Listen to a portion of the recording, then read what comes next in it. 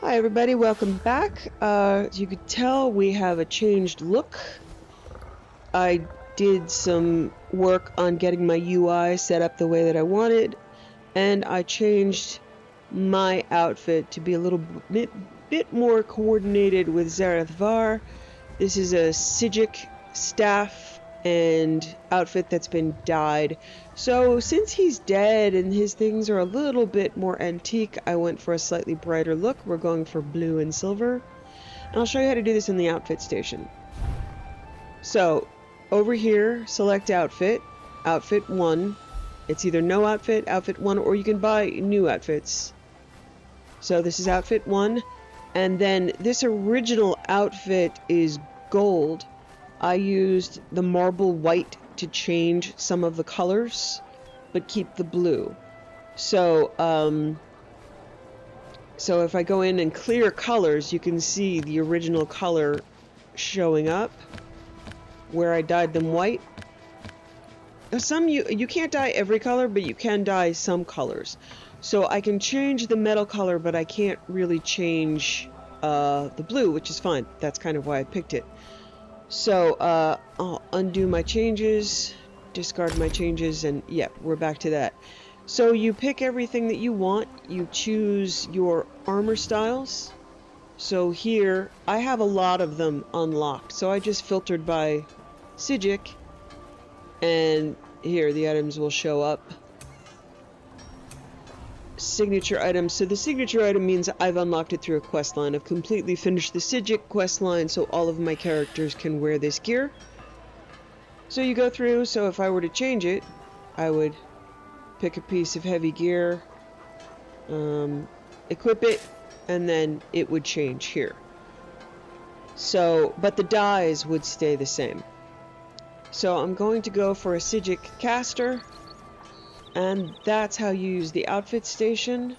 I have a, bunch of dyes unlocked from all of my achievements and crafting abilities, so I have a lot to choose from.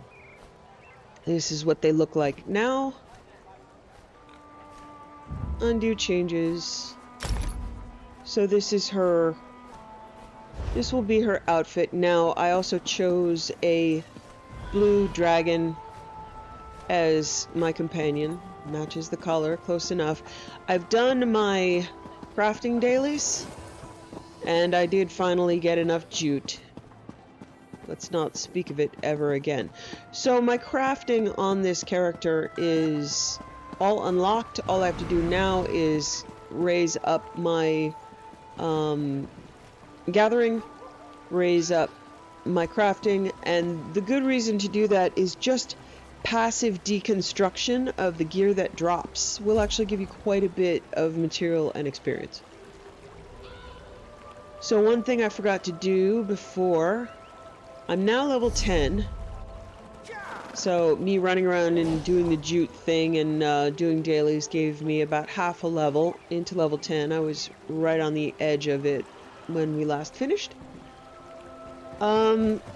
I made myself a maple restoration staff. I can't actually use it yet, but I'll show you what there are weapon sets. I should be able to toggle this when I hit level 15 and switch back and forth. Right now I'm just going to equip it, and that should unlock healing. So first time I use that, I'll use that in battle. So right now all of my skills are grayed out because I'm using the wrong staff. But I just want to unlock it, and then we'll be fine. Okay, first thing I want to do is get a Mundus Stone.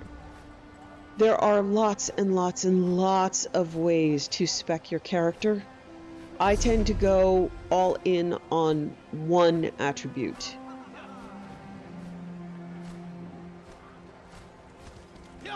So I'm going to go to Stormhaven and pick up a Mundus Stone. They're out in the world.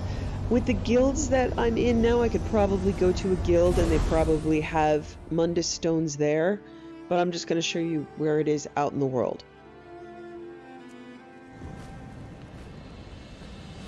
Alright, when I hit a new zone, I will try to do a tour. There are 10 waystones in this area. So I've got 2 possibilities. So the more that I do this, the more that I can open up. Speaking of that, I got a new item that I gave to this character. I also replenished her soul gems and her food and her lockpicks. Okay, so that's also a decent experience gain. Try again, it'll probably tell me there isn't much more to discover. But I saw an item I got as a reward. Okay. Cool. So it says Wayshrine Navigation Chart. A magical scroll attuned to the Wayshrine network, carefully studying its contents will reveal locations throughout the network across the length and breadth of Tamriel. So I'm going to use that and see what happens. Alcair Castle, wait, okay. I'm not sure what happened, but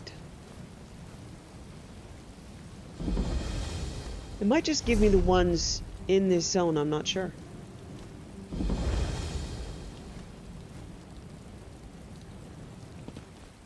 Okay, the Discovery Plantation, Soul Shriven. Okay, this is, yeah, this is a lot of way shrines that I've just opened. That's fantastic. Okay. So, I want to go down to the Mage Mundus Stone right here. Thankfully. Yeah, okay, it looks like it opened the one in this zone, which is fine. Go down here, pick up the mage, and what that's going to do is drastically increase my magic Halt! Go no further till you've spoken with me. Pool. So I don't worry too much about defense. I go more in on damage. Okay, that's a lot of dragon. It sounds like we're doing this.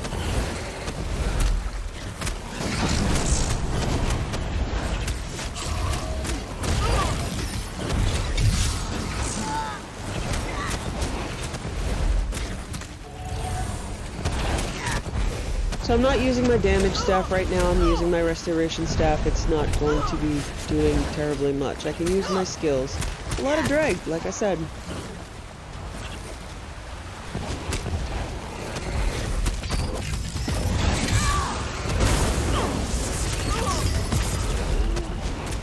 Okay, skill line restoration staff discovered.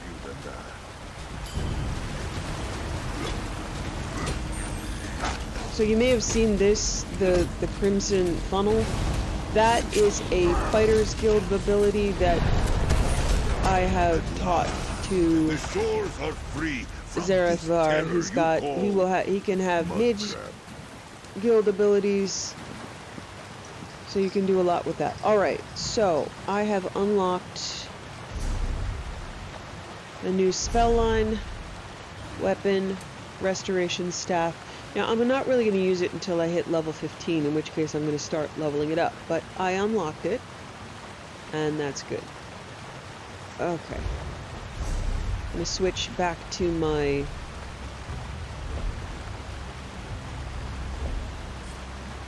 regular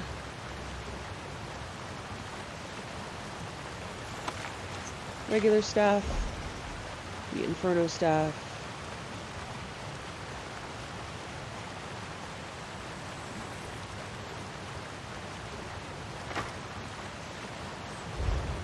So that's how you unlock a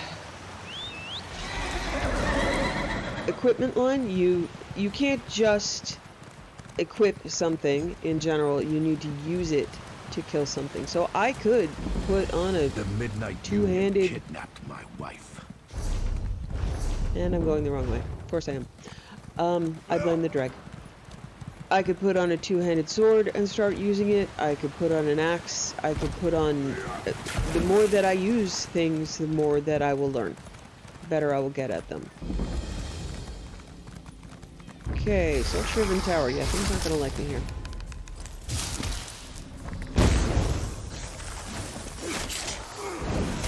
Okay, I need to break away from crowd control. That is right and left mouse button at once.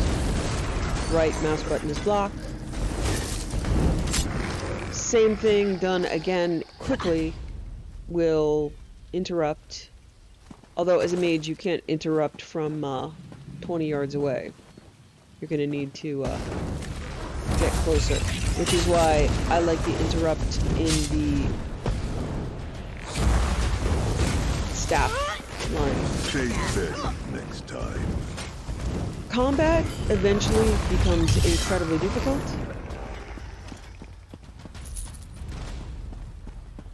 I don't have the reaction time for it. It can be pretty frustrating for me.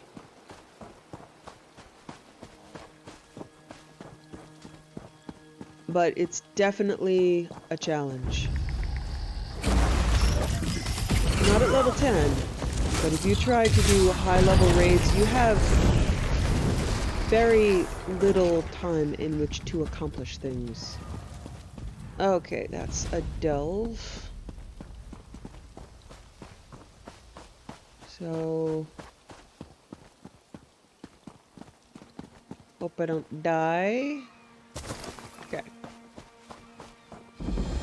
So as I said, I focus on mana pool because that will add to multipliers for skills. So that's my dragon turning into an imp and back. So those under the sign of the mage will have a boon that increases maximum magicka. Accept the sign.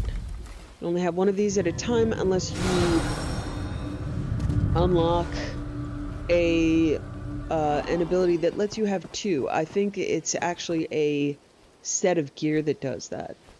So there's lots of ways you can go. You can go DPS, you can go resist. It's incredibly complicated and math intensive. Since I have so many champion points, it's really not an issue for me. I'm going to be pretty good at most things for the majority of my life because I've got a huge buffer in passive abilities. Okay. Now I'm going to start the main quest. And then I'm going to start unlocking different lines. As you notice, I went and I got a companion. I went and got crafting because these will all synergistically contribute to passively raising things so that I'm not waiting to open up Reaper's March to go get him. I just went and got him. I'm going to also be doing archaeology as we go along because it's a good thing to do as you're leveling up, not wait until you get all the way to that expansion and then pick it up. Pick it up at the beginning. I'm also probably going to do the spellcrafting, although I might not use it much. There's also a new system that they put in that I played with for a little while that allows you to switch classes. So once I qualify for that, I would be able to use classes that I've unlocked from all my other characters. So I have access to pretty much everything there. But the issue is, I've only got 5 slots. You can do a lot with it, but again, it gets really complicated. And mostly, I'm just going to focus on leveling this character naturally for a little while. Okay, so I have my Mundus. It's going to show up here. So that gave me... yeah, that gave me more magicka. So my magicka pool affects how much magicka abilities you can cast, how many magicka abilities you can cast, increases the potency of many of your damaging, healing, and shield abilities if this resource is higher than your max stamina, which it is. Sometimes it'll use your highest stat. So I'm going to focus on 1. Stamina is important for things like dodge and break free. If I run out of it, I'm screwed. But that's as a solo character playing in the world, you're with the quests they give you, it's usually not going to be an issue. It's only going to be an issue at much higher levels with much higher content. And when I mean levels, I mean, you know, like tiers of your engagement. If you're doing raids with groups, you know, you get used to being dead a lot. I'm mostly here for the lore right now. Okay, tome points. All right. I should probably figure this out, but it's not really important to me. The other thing I'm going to try to do is there is something called Hero's Return, I think.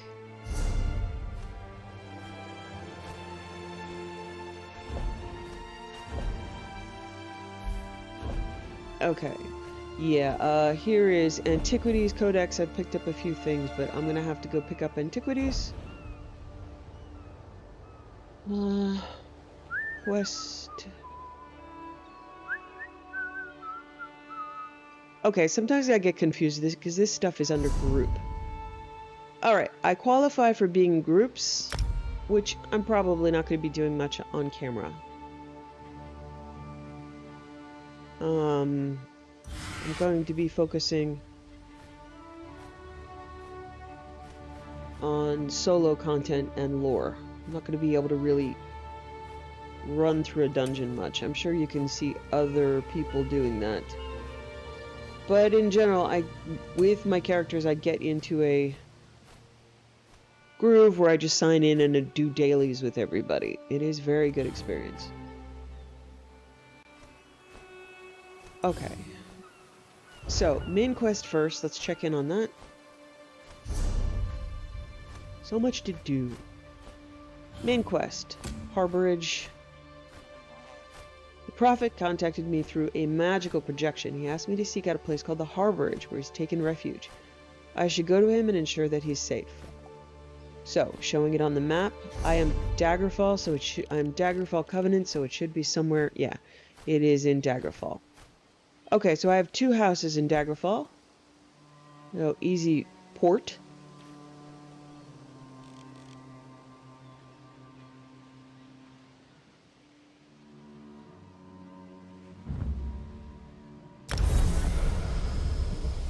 And this zone will be one of the starter zones that I'm going to be working on. I started in Stros M'kai, so I'll finish that up, but then the next after that would be Glenumbra. So there's Ebonheart Pact, Daggerfall Covenant, and one other faction. And essentially, that's the starter content of the game. And you clear those areas.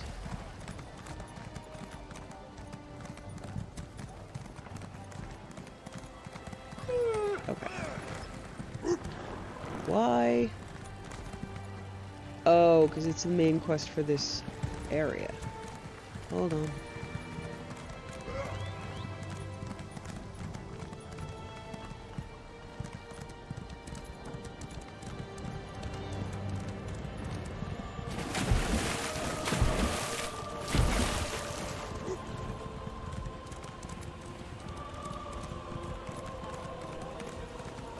I wish your horses knew how to swim, but they really don't.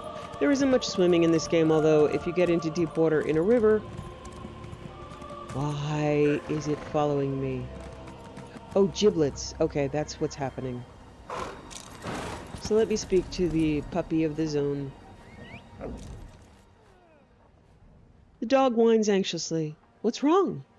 The dog looks down the road and then back at you, as if it wants you to follow. Alright, let's go.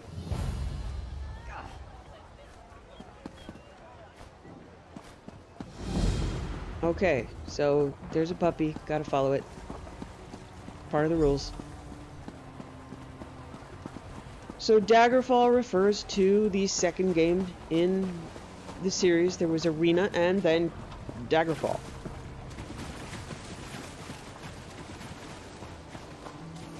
This is long. This is before that Your happens. interference Okay. will not be tolerated.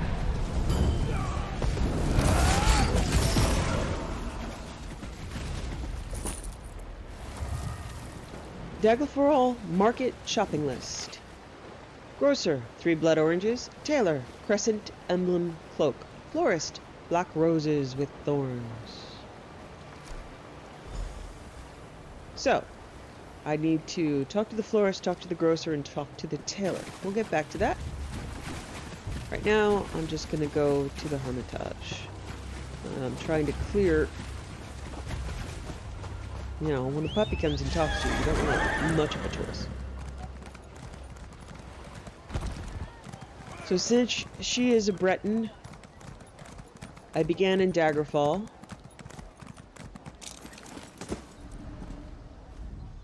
There you are, Vestige. We must speak at once. Hello, Prophet. Listen well. I have located a safe harbor from which we might plan our course of action. You must meet me there. Where is this safe harbor? I awoke in a city of Bretons, its air heavy with the smells of baked bread, horses, and intrigue. Daggerfall. The harborage is in an abandoned cave outside the city. I'll find you there. Okay, so I will be doing the Daggerfall line. You see the big map. This is the region of Glenumbra, in which is Daggerfall the city. So since I chose this as my faction, there will be a harborage here for me. If I chose Ebon Pact, there would be a harborage for me there in that main city. So there were 3 starting locations where the Prophet ends up. I'm trying to think of the other faction name.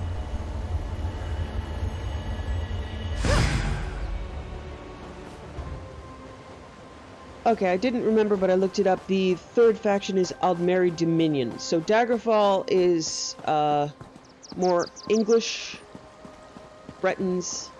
So you have like the Glenmoral, which is more of that sort of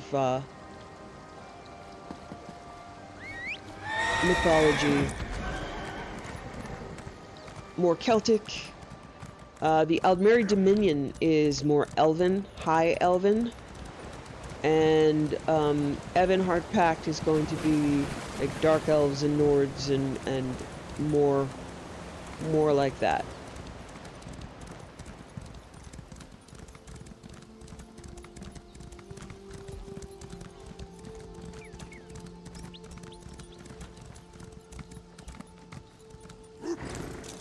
You'll have to forgive my inability to actually manage my controls. Playing so many games at once means I build really weird habits as far as accessing things. So I'm hitting the wrong keys constantly because I play lots of things at once. Also, I have an issue with my laptop where my W key sticks. So as you see, I start running and then at times I will just keep running. So I have to like back up and move forward, and it's annoying, but there you go. It's a issue of being a gamer. Your W key sticks. And it is not yet time for a new laptop.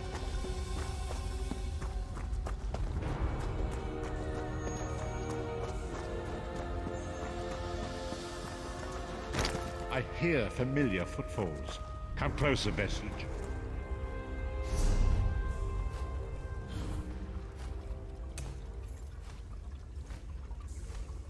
Okay.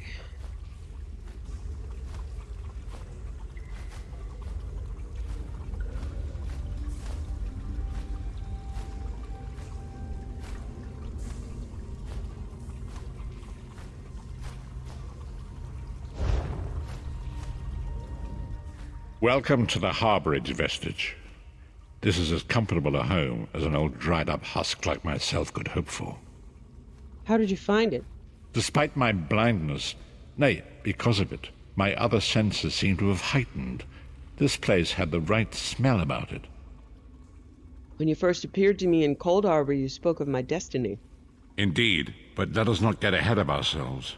Without an understanding of where we are bound, Every road will get us nowhere.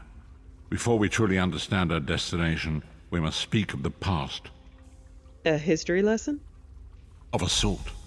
I invite you to enter my mind and walk with me through visions of the past, that you might understand the events that brought us to this time, this moment. Enter my mind, Vestige, and walk with me through the shadows of past events.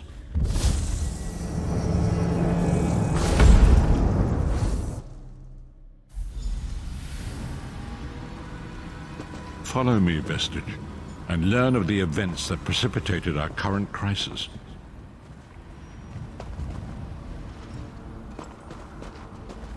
My part in the story began when I awoke on the steps of the Abbey of the Moth Priests, with no memory of my prior life. The Moth Priests took pity upon me and brought me into their fold. I was weak and near death.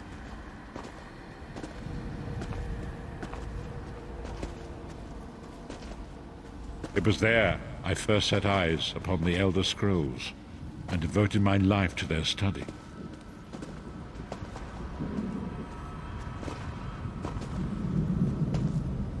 The scrolls allowed me to glimpse the very fabric of reality, but each profound insight dimmed my vision and eventually left me permanently blinded to the light of the world.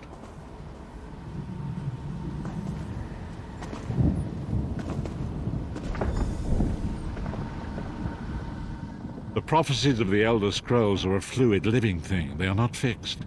At many points throughout history, the actions of heroic mortals have rewritten them. What does that have to do with me? I only know that you are important, Vestige. The scrolls reveal to me that your destiny is intertwined with that of the Five Companions. Who are the Five Companions? The Five Companions were a band of adventurers who sought out an ancient artifact called the Amulet of Kings. They hoped to use this artifact to persuade Akatosh, the dragon god, to accept their leader as one of the Dragonborn. Dragonborn? The Dragonborn are mortals destined for greatness, with the blood of the dragons in their veins. It is said that only a true Dragonborn could ignite the eternal dragon fires in the Imperial City.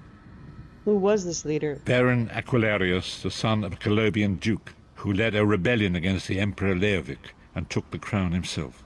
Alas, Varen was not truly a Dragonborn, as those who sit upon the ruby throne must be, in accordance with tradition. Go on. You have already heard enough babbling from this old blind fool. It is time you met the Five Companions yourself and witnessed their fate.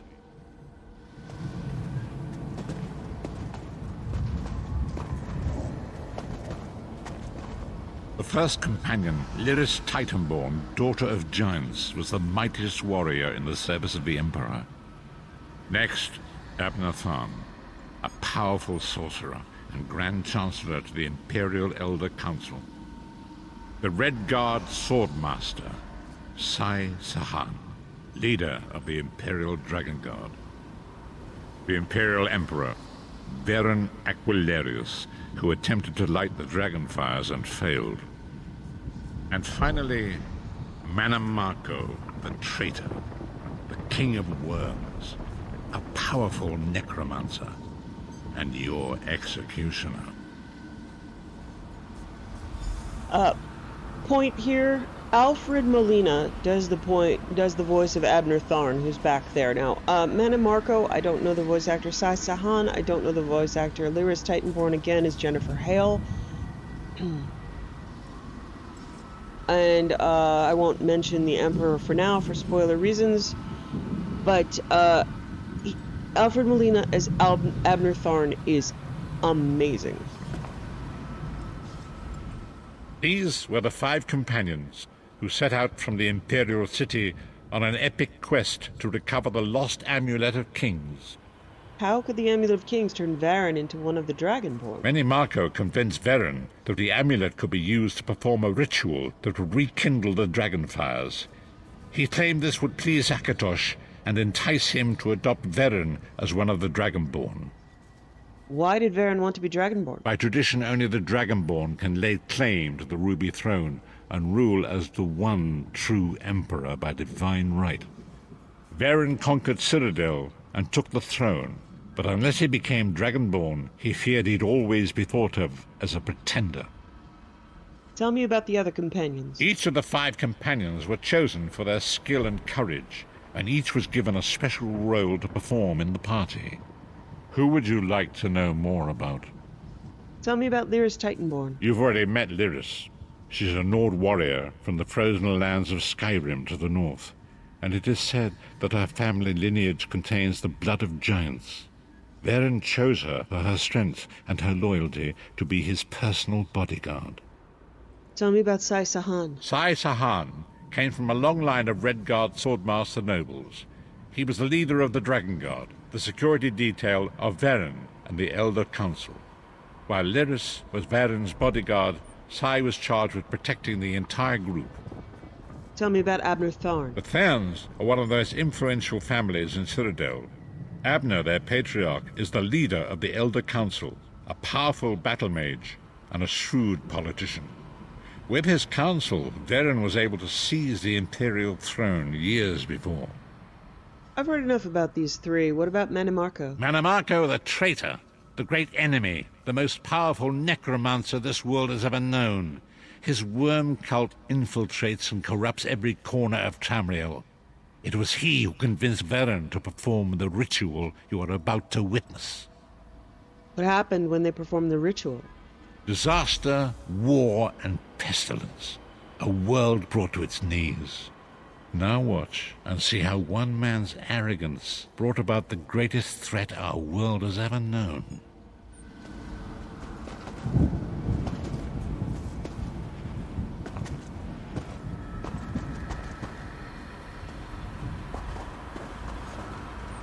There it is. The Dragonfire Brazier. Manimarco, you certain this will work? It will work, my liege. The Amulet of Kings will rekindle the dragon fires and ensure your rightful place as Emperor. You have my word. It better work, Manimarco, or you'll find your neck at the business end of my axe. My lord, I wonder if you'd muzzle your half-giant pet. She really is annoying. Enough, both of you. We are here to ensure my lord's rightful claim to the Ruby Throne. Abner, begin the ritual. I have a destiny to fulfill. By the lighting of the dragon fires, I claim my rightful lineage. By the fires of creation, let me be reborn. By the will of Akatosh, I proclaim myself Dragonborn.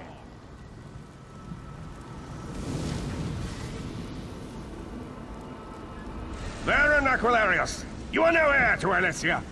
You will pay for your sacrilege. The veil between Tamriel and Oblivion tears and splits asunder. What's happening? The sky's opening up. This is bad. This is very bad. Ah! This isn't supposed to happen. What's the meaning of this? Manimarco, what have you done? Gullible fools! The veil between Oblivion and this world has been torn. My master, Moloch Baal, is free to claim Tamriel for his own. Akatosh, forgive me! Have mercy on our souls!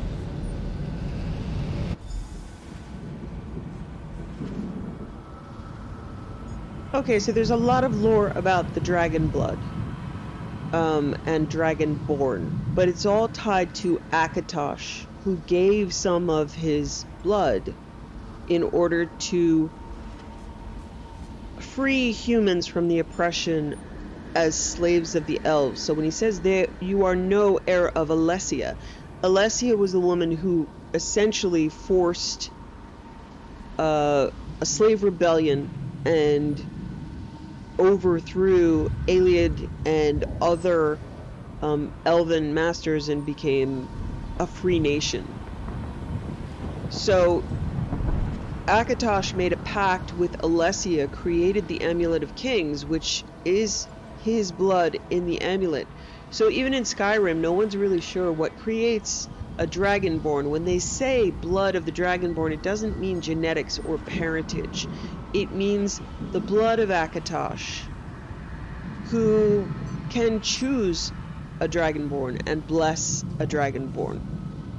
And That's the lore that I've been able to figure out. There's no real direct line, and the idea that the emperors were blessed by blood is different from being chosen by Akatosh and being able to use the Amulet of Kings.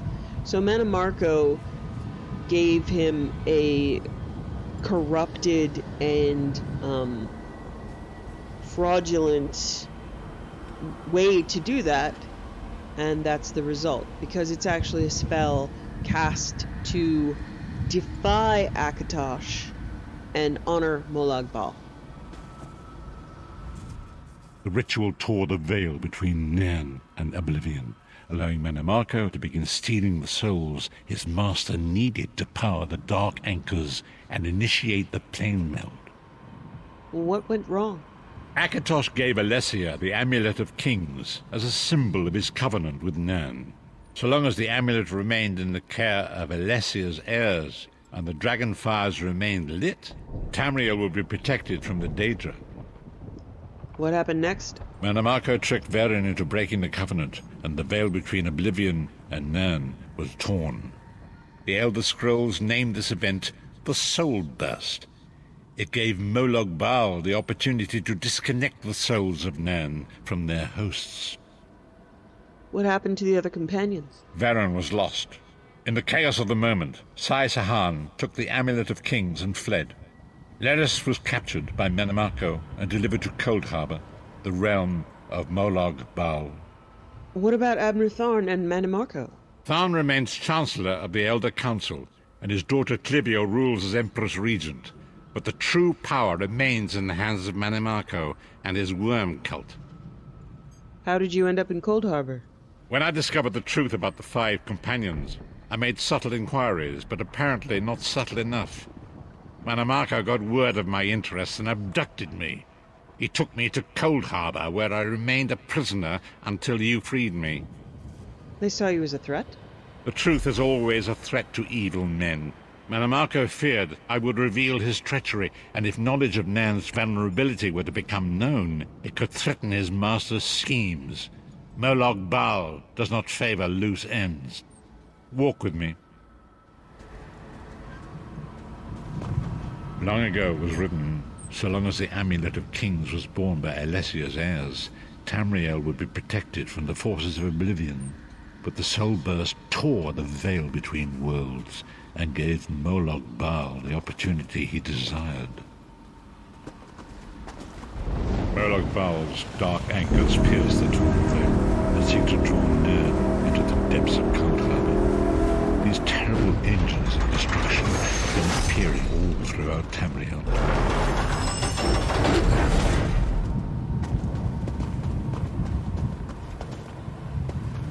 If the Lord of Brutality and Domination is successful, he will merge our world and his own in a terrible plane meld. Few will survive the ordeal, and those that do will be enslaved for all eternity.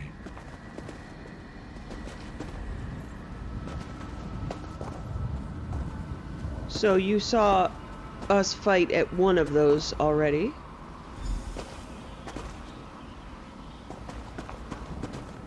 So they look like that. You kill a bunch of bosses, and then the anchor recedes back up to the sky. And so it falls to us, Vestige. We must stop Molag Bal and his dark anchors, or our world is doomed. And now history seems to have caught up with us. Shall we return to the harborage? Yes, I'm ready to go back. As you say.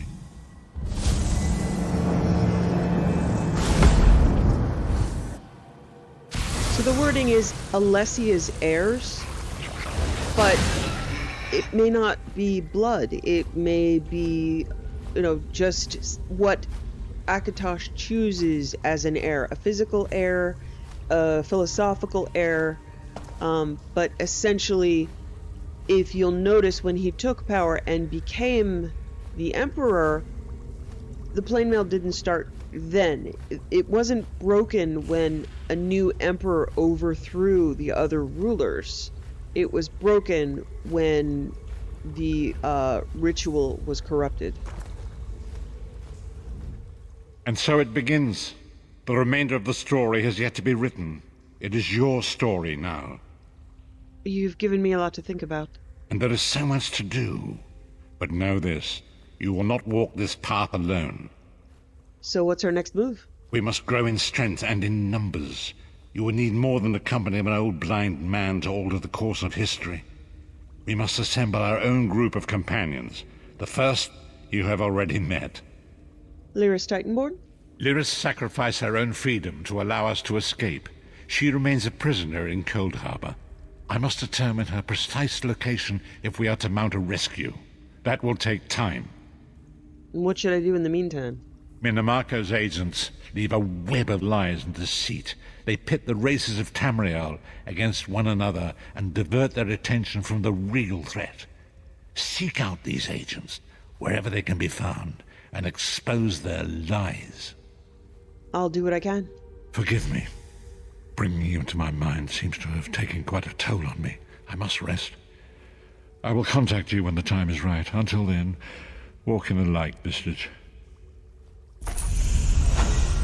Bebashe, blessed moon, smile upon you. Okay, so the main quest gives a decent amount of experience. It gives you skill points, and it also advances your soul magic. So it's a good thing to advance. It takes a while. Okay, so my next milestone at level 15 will allow me a weapon swap. Again, I'm gonna keep doubling down on Magicka for a very long time.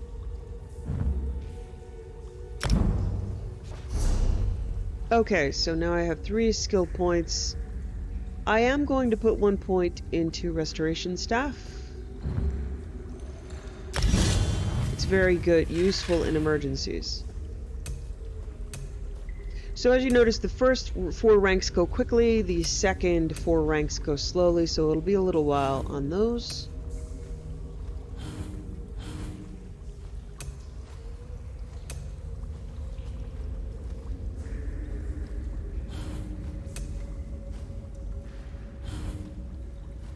Okay, so I'm going to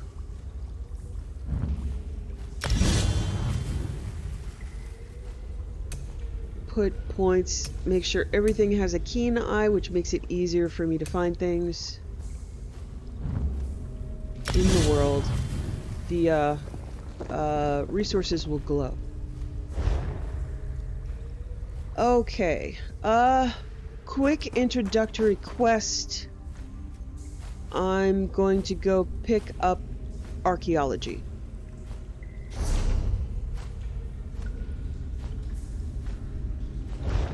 Okay, so there are books here. Let me read the first book in the series. It's going to mostly reiterate what we already know. Oh, no, I believe they'll show up on these bookshelves as we continue. So you see the bookshelf says search.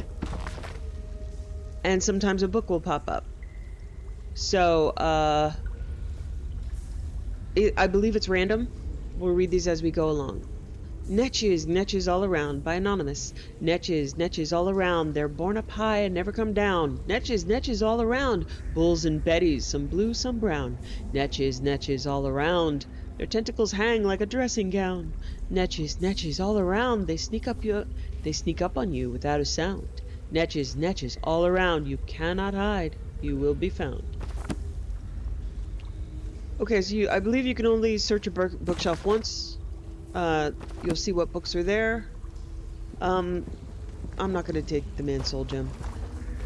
So right now, as we progress, I believe the books will show up on these, on the table, and we will read those as they happen, but they haven't populated yet. Okay, archaeology has a very easy startup quest. It won't take long at all. Let's see, not Solstice, Solitude, which should be in,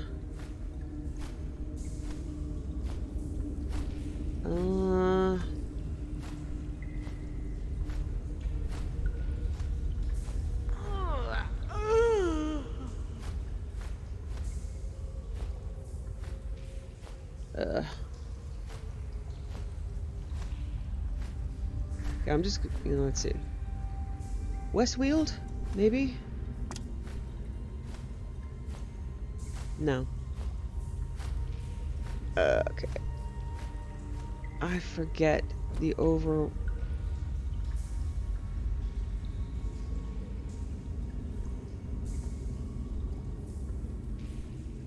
I'm gonna... no. What am I doing? Western Skyrim is... Oh, I'm gonna head there and then get a better look at the map, because we're going to Solitude. Western Skyrim will probably put me in Markarth. Oh, no, that's Solitude right there. It's not really Western. Okay, good. We're in Solitude. Okay, again, I'm going to go right by people that are begging for help. So we are looking for the, Antiquarian Circle. So they did pretty much stick Seeking with, a reliable research assistant with little to no fear of death. Orcs. If they aren't fighting, they're fighting about fighting. They did a pretty good job of, reproducing Skyrim's Solitude. There's the Blue Palace. Oh, and yeah, I have a house here. It's right there. I could have ported to it.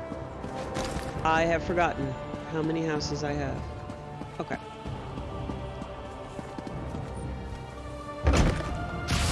What's this? This a is new another antiquarian just, in the making? Alternative path to experience. You can get some good items.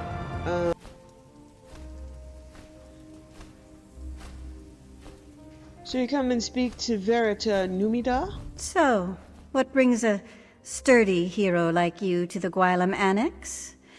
I can't imagine you're looking for a book. Then again, I do see a glimmer of curiosity in your eyes. Perhaps you seek admission to the Antiquarian Circle. The Antiquarian Circle? The University of Gwylem's most prestigious historical society. We scour the continent for lost antiquities, collecting and cataloging as we go. We've made hundreds of discoveries, thanks in no small part to our scrying tool, the Antiquarian's Eye. The Antiquarian's Eye? An invention of our university's founder, Terrain Fire. It allows the wielder's mind to travel vast distances and find buried relics, truths lost to history. Gazing into the eye requires both skill and talent. How talented are you, I wonder? Let's find out. How do I begin? Admission to the circle begins easily enough. Just place your hand on the Antiquarian's Eye. If you possess the aptitude, you will attune to the eye immediately. If you don't possess the aptitude, the eye will reject you. Couldn't be simpler. What can you tell me about the Antiquarian's Eye? It's a magnificent device, alien in origin. As I said before, our university's founder, Terrain Fire, developed it along with countless other scholarly tools. Alas, he died before we could demonstrate the object's true potential. What does it do exactly? It homes in on objects of historical import. Much like a bloodhound, without all the baying and drooling, of course. We still don't fully understand how it determines an item's value. Just more proof of our founder's genius, I suppose. How many of these devices do you have? We recovered several from a vault in Elenir. It seems Sage Fire intended for the university's best and brightest to continue his work after he was gone. It took longer than he would have liked, I'm sure. But I fully intend to honor his legacy. What is the goal of the Antiquarian Circle exactly? We seek the truth above all else. Written histories rarely give an honest accounting of the past, so we go straight to the source. Relics, curios, even ancient bric-a-brac. Anything that can teach us more about the myriad cultures of Tamriel. Are the relics you find valuable? I assume you mean commercially valuable? Yes, you can keep any relics you recover and do with them what you will. The Circle's chief concern is cataloging the discoveries and learning what we can from them. Everyone benefits from the arrangement. What's the University of Gwilym? It's a school, of course. The very best, by any credible assessment. At least it was. What I wouldn't give to walk those halls again. This frigid annex is a very poor substitute. Very poor indeed. Did you teach there? For a time. I studied there as well. Despite all of Cyrodiil's struggles, I really did believe we could weather the storm. But war has far-reaching consequences, even for those who want no part in it. Especially for those who want no part in it. So you've established a new annex here? Here and elsewhere. The faculty scattered to the winds when the plane meld took hold. Fortunately, most of us survived, and we write each other constantly. I wound up in Skyrim somehow. As frozen wastelands go, it's really quite pleasant. Okay, so you come over here and examine the antiquarian's eye. Impressive. We rarely see such an energetic attunement. Well, well, well. It seems I underestimated you. With a reaction like that, you may well rival Gabrielle, our most accomplished antiquarian. I wonder what secrets you might find gazing through the eye. Let's find out. How does it work? In a hurry, are we? We'll teach you to use the eye in due course. First, do you vow to uphold the principles and traditions of the Circle, to catalog your discoveries for future generations and give a true accounting of Tamriel's history? I do. I want to join the Antiquarian Circle. An excellent decision. Mastering the eye is no small endeavor. But with Gabriel's tutelage and my rigorous oversight, we may make a true scholar of you yet. Well, now then, we should begin your education in earnest. I suggest you speak with Gabriel Benale. I can provide some scholarly advice, but when it comes to using the antiquarian's eye itself, you'll find no better teacher than Gabrielle. Where's Gabrielle? Downstairs, poring over more maps and tomes, no doubt. Honestly, the girl never stops working. I'd almost think she was trying to make the rest of us look bad if she wasn't so confoundedly cheerful. At any rate, she'll get you sorted. All right, I'll go downstairs and speak to Gabrielle. Speak with me again once Gabrielle's taught you the basics. I know I can come across as chilly, but truthfully, I'm anxious to get you into the field. Why can't you teach me how to use the eye? Because I'm not a mage. Don't make a face. I never said I possess the aptitude. We all contribute to the Circle in our own way. You may wield the eye, but rest assured, my skill as a writer is no less important. How does your writing contribute to the Circle? Not just writing. Few can match my knowledge of ancient history, aside from those who lived through it all, like that insufferable dark elf Devaith Fear. You may find these relics, but it's incumbent upon me to tell you what they are. So Devaith Fear you meet in Morrowind. He's a Telvanni magister who is over 1,000 years old by then, so he's alive during this point in time. He's an author of books. He's a main component of the main quest in Morrowind. Okay, an introduction to Circle correspondence. Welcome to the Antiquarians Guild. As a newly inducted member of our prestigious order, you likely have many questions. Please read the following primer on arcane correspondence. As every traveler knows, the sheer breadth of Tamriel makes everyday communication difficult. Letters sent via courier often arrive late or damaged if they arrive at all. Parcels shipped by caravan are routinely waylaid by brigands. Given the sensitive nature of our work, these crude methods of correspondence are unfit for our needs. Luckily, our prestigious founder, Churin Fear, devised a clever way to transmit messages over long distances. Your antiquarian eye is the key. The antiquarian's eye you acquired during orientation shares a powerful bond with our central or principal eye here at the Gwilym Annex. Using this central eye, our chief arcanist, Gabrielle Benale, can conjure up ghostly images of every antiquity you uncover. This allows your dutiful scholars to start examining the object from afar almost immediately. Within a short period of time, Gabrielle will transmit our findings directly to your eye, allowing for quick notation in your antiquarian codex. Given the complexity of the enchantment, these missives will be brief but hopefully informative. At this point, it is prudent to remind you of the priceless nature of your antiquarian's eye.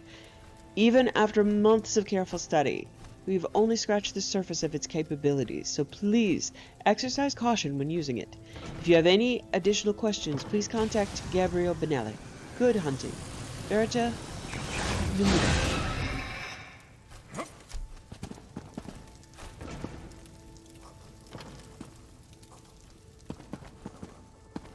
Okay, so I usually examine bookshelves. So, yes, lore book discovered. I don't think it's going to show things twice. But we'll find out. The Wandering Skald. Every library holds musty old tales carried through rain and snow, but a Nord shall gladly regale what the poets all sang long ago. Every book has its title and name, but its pages soon turn to dust. A poem we sing will live on in fame, from a history all of us trust. Old tales come down from long ago, with inflection in meter and verse. Soon the Skald's audience will happily know, yes, this life could be worse. And the kings know that truth, it's better than sword and shield, taught from their distant youth. Skald kings have wisdom to wield. So welcome me as a friend, for the poems I sing tonight will last for nights without end, from first mead to dawn's early light. House Ravenwatch Proclamation. To those who seek to understand, one would surmise that such an elusive and ancient noble house would be averse to publishing its goals in such an accessible manner. However, with the advent of strife upon our homes and allies, I thought it best to clarify our standing from the small-minded. The first and foremost goal of House Ravenwatch is the destruction of the ancient evil which lies within Raven's Spire. It's known by many names: Avagandra, Loirdbal, and in contemporary times, the Lightless Remnant. Countless generations of scholars have sought to understand this artifact. There is no understanding to be had. It's a blight upon Mundus and must be cast out. Secondly, House Ravenwatch seeks to foil the plans of those who wish to make use of the power of the Lightless Remnant. Do not be deceived by Rauren Montclair's rhetoric and so-called patriotic zeal. He has succumbed to the power of the Remnant and seeks to destroy the beautiful land of Rivenspire. We know this because we were with him when the power possessed him. We prefer the shadows. We prefer to let others lead, but these are desperate times. They call for desperate measures. Know that no matter what Ravenspire must face, you will not face it alone. Know that no matter what Rivenspire must face, you will not face it alone. House Ravenwatch will be by your side. House Ravenwatch stands with Emmerich and the good people of Rivenspire. Verandis, Count of House Ravenwatch.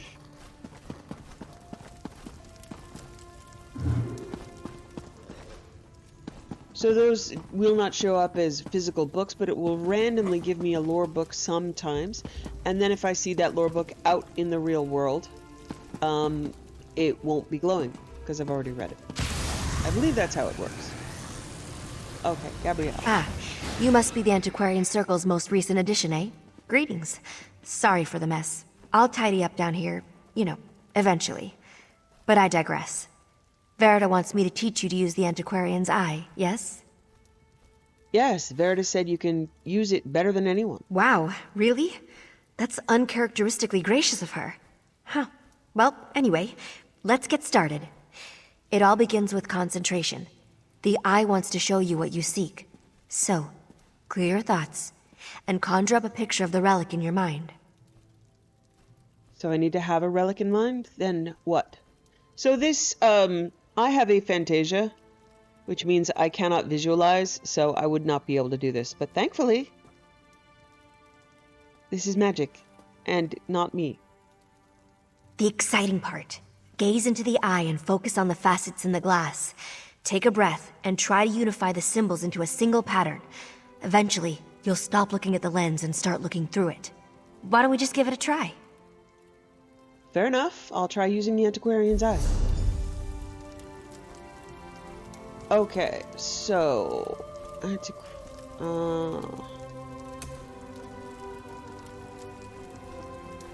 Rune carved steering oar.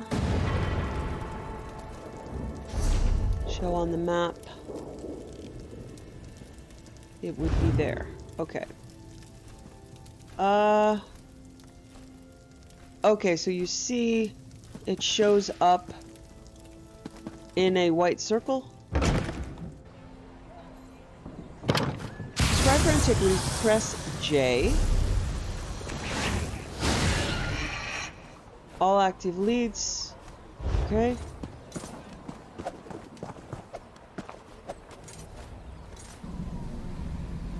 I must activate the Antiquarian's Eye and attempt to scry the location. Okay, so...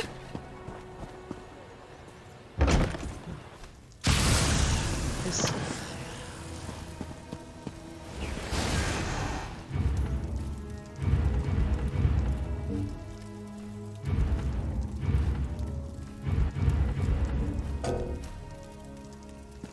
and...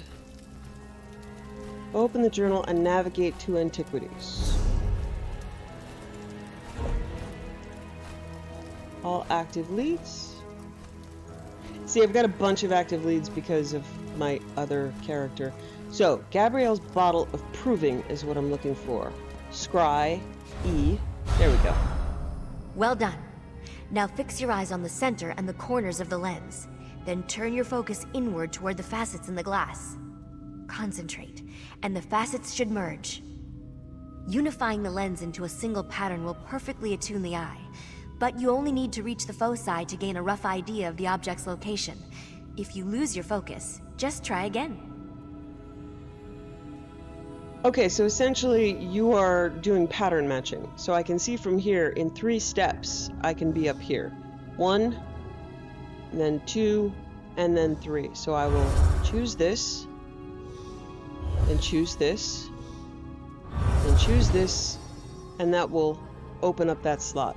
You can optionally equip the Antiquarian's Eye as a tool in the quick slot bar. Use it to help track down dig sites across Tamriel. Using the Antiquarian's Eye creates a visual indicator of what direction the dig site is relative to your current position. The eye will only work when you're in the general area of the dig site. I missed that part in the tutorial, and I did it the hard way for a very long time. And yeah. Okay. So now, the antiquity site is out here. You can see a turquoise and white section on the map. Looks like this is the spot. Time to excavate the antiquity. So this is what the dig sites will look like on the outer map. So let me see if I get. I will show you if I use, which is what I was trying to do. Get to tools, equip it as a tool. Okay.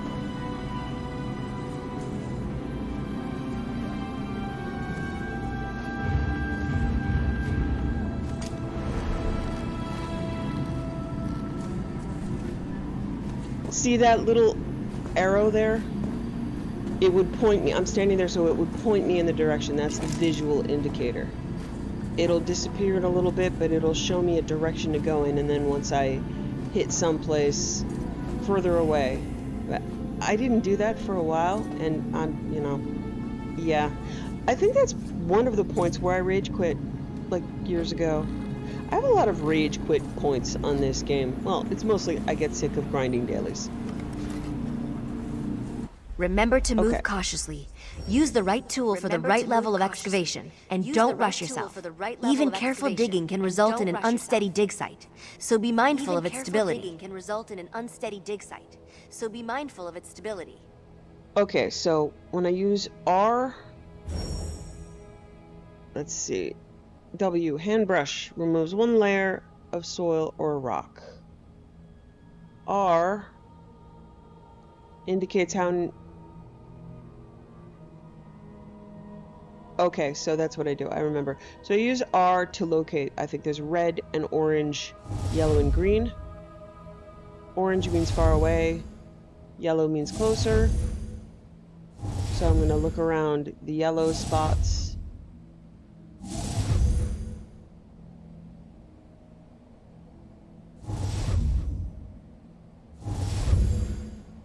Wow.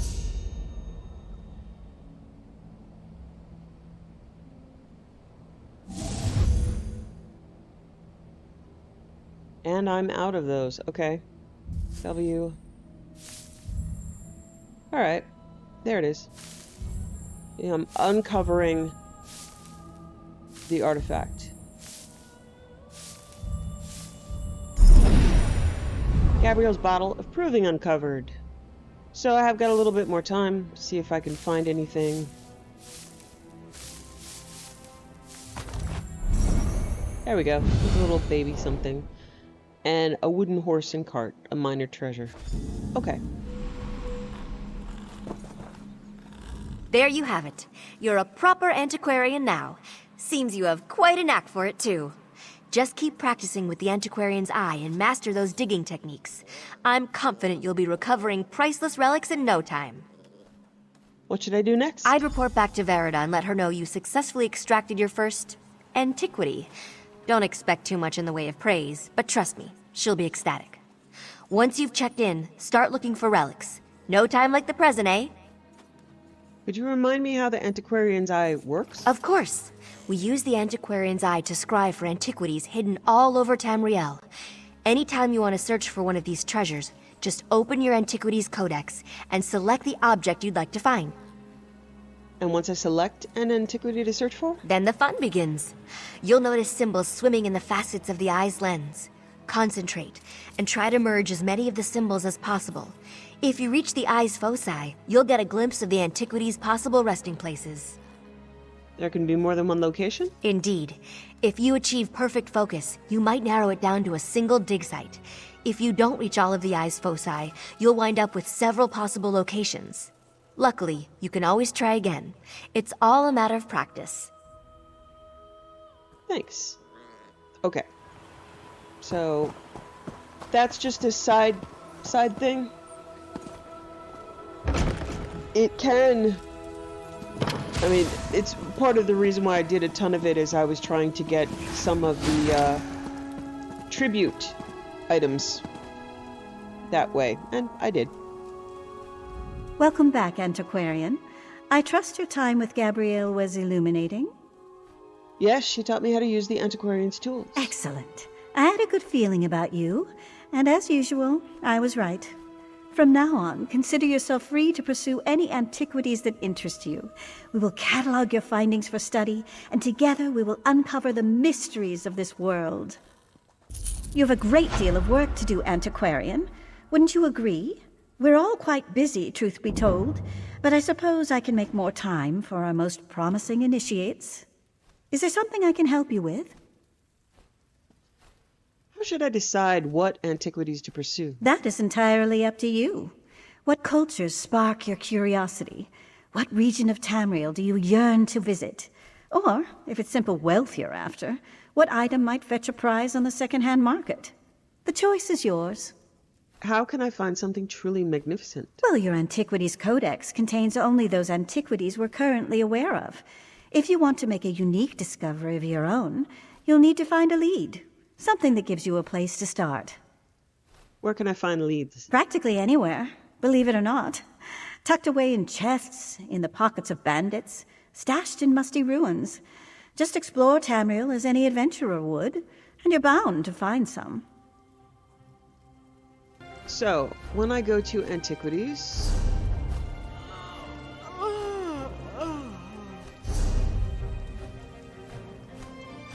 I will only be able to look for something green right now. They have... So yeah, I would need ultimate ability to find St. Alessia's Parvent, the Cat's Eye Prism. So if I can't get to it, and these leads have time, so this lead expires in a year. But I will probably take out my other character and go search up these leads. Yeah. So some of these are left over from when I was still playing. And as you see, it's a part of the Shadow Queen's cowl, which is a orange or legendary piece of gear. part of the Shadow Queen's Cowl set, one piece. While crouched, you can see witnesses and guards through walls. So, you know, some unique items you can't get access to any other way. Now, my main character can use all of these leads, so I'm not going to be struggling to get the big stuff with her. I'm just going to, when I'm in a zone, try to remember to look up some leads, raise the skill. It's just a good passive way to get some experience and lore in the zone.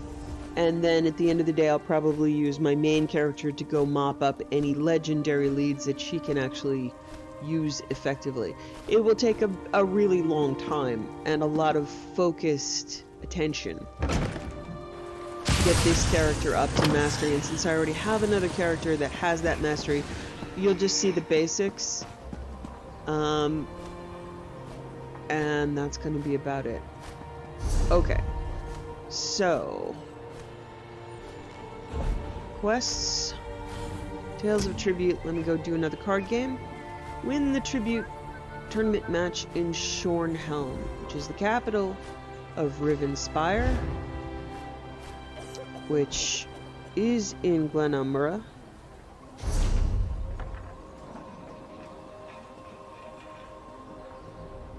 Okay, I've got a house in Rivenspire.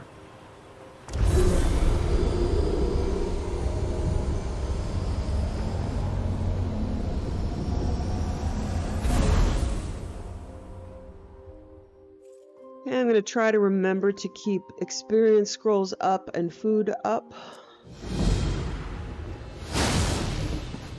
The time so is right now, I changed my Seek bars. me by the cliffs outside Daggerfall. Okay, so I have qualified for the next quest point in the main quest.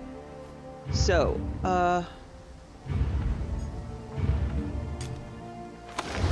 use an experience scroll. You can see it just showed up as 60 minutes. Use stat food.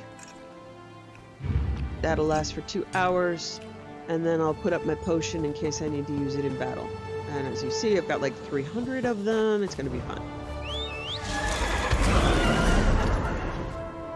Okay, so I am here in Rivenspire. I'm going to need to run down to Shornheim, pick up this way shrine on the way, and then the way shrine in that town, which will make it much easier for me to get there in the future.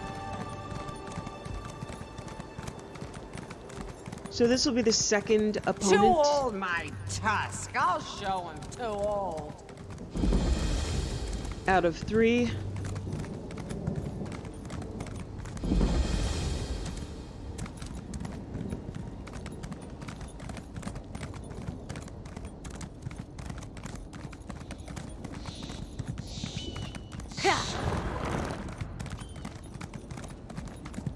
Yeah, you usually don't start out this fast. But with my passive champion abilities, I have got a screamingly fast mount. And I'm not losing, you see this stamina bar under my stamina bar, which is my horse's stamina bar, and it doesn't go down. That is a passive champion ability. I'm sorry, sir, I tried, but no one here is willing to enlist. Unacceptable, Captain. Okay. Either deliver me recruits or deliver me your resignation.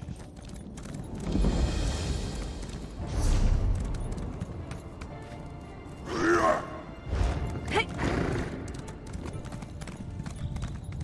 So we can essentially sprint, horse sprint forever, screamingly fast. I think there's... okay. Way shrine in here. Welcome to Rivenspire, land of women and war. I love that voice actor. I don't remember his name. He's all over Skyrim. He does the voice of an Argonian in the Thieves line. Yeah, the Thieves Guild line, named Walk Softly, who's probably my favorite NPC in this entire game. Unless we're talking the crows. Crow Friend is also, a beautiful thing. Okay. Looking forward to doing those lines again. Okay.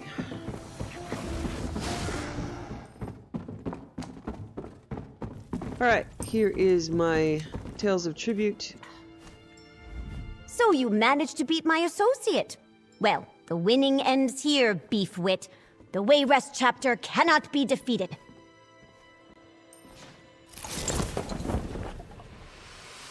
These guys are pretty easy, so I don't anticipate losing a lot.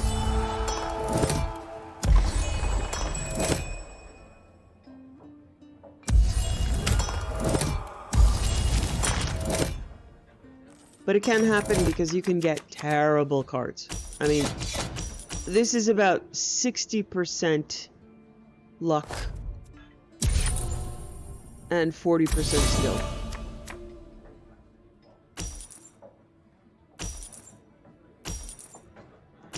Which makes it unpredictable and, well, I really love it, so I will continue to play, even though the frustration factor is massive. But most of this will be off screen. I'm going to go through the whole quest line because I think it's a really good quest line. And then beyond that, I'm not going to continue to play, you know, while I'm recording. I'll finish the quest line and then this will passively be here and probably just play with my other characters. Because there are dailies, and one of really good ways to get a great lead is to finish the gold level tribute quests every day, which means you beat 3 PvP games a day, which sometimes I just can't even do. It's like all day and I can't get it done. Because the players are really good. And that 60% luck and my less than 40% skill will kick my butt. So although I can grasp the game at a novice level, I really don't have the brain for the incredibly complicated strategies that are possible.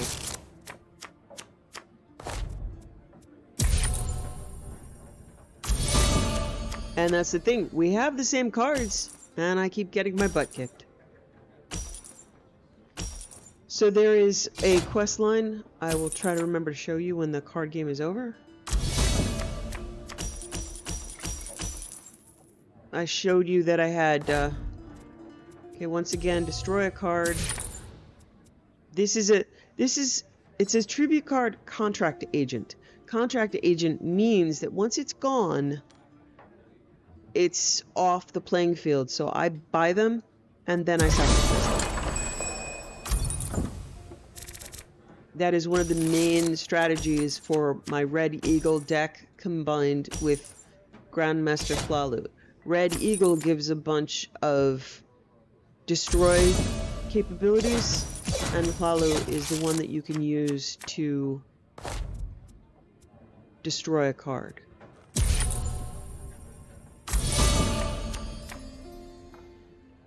So there's a month-long. So I'm beginning at the end of May. There's a month-long PvP tribute competition, and I've seen a lot. I mean, a lot of top players who essentially say a lot of what I'm saying, which is that this is a hard game. Don't expect to win a lot, but expect to be challenged. And I've also seen a lot of people, you know, rage quit the game because they're like, this is a ridiculously obscure, obtuse game. It kind of is, but it's also really interesting in its mechanics.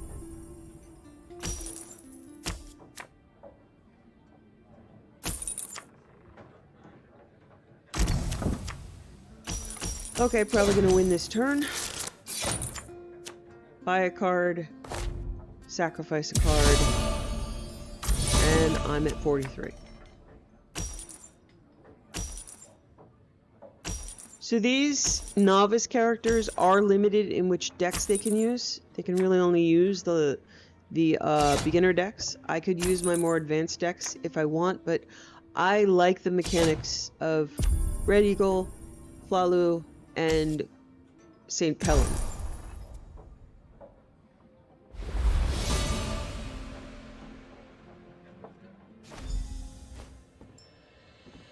Okay. Ah, I thought it might end that way. Well played, both of you. So yeah, Zarethvar's rapport is +10. It is 751 out of 5,500. It's gonna take a while for him to like me as much as he likes my other characters who have hung out with him more. Okay, that is good for that. We'll slowly advance that quest line because I don't want to overplay tribute. So as I was saying, I've seen a bunch of people, a bunch of tutorials, and yeah, even the top players say it's frustrating, it's difficult, and you're gonna lose a lot.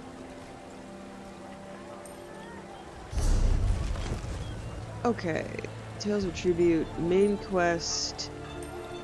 I'm going to see if I can do spellcrafting. Okay, it's called scribing. I should be able to do it. But I'm also going to do... Alright, let's see. There's Hero's Return. There was an optional skill ability... an optional storyline that I was told to do, but it looks like it isn't available now. It's for a returning player, but it looks like completing the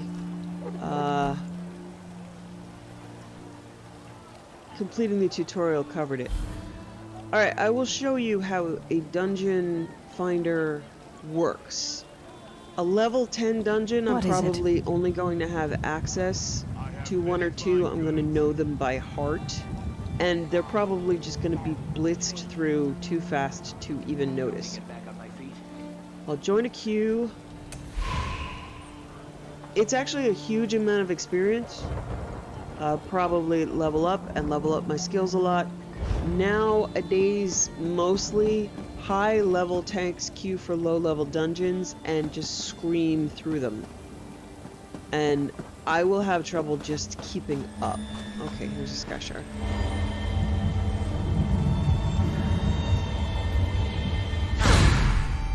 So at times it can really be ridiculous. The people who are new will not. Oh, what wait, might you make with that? I don't know. Did I pick? Did I actually choose? I think I have to sign up for something. Yeah, daily blood. Okay. Dungeon finder. Random normal dungeon. Roll. Damage.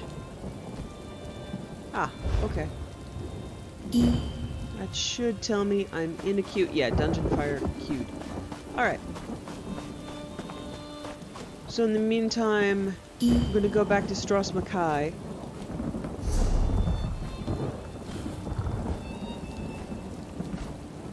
And,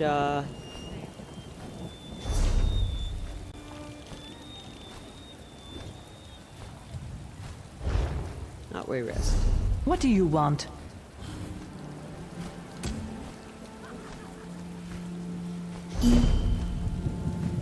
Okay, since I have a home in Stros M'kai, so you see now this area, the white, it's white. I have done what can be done there.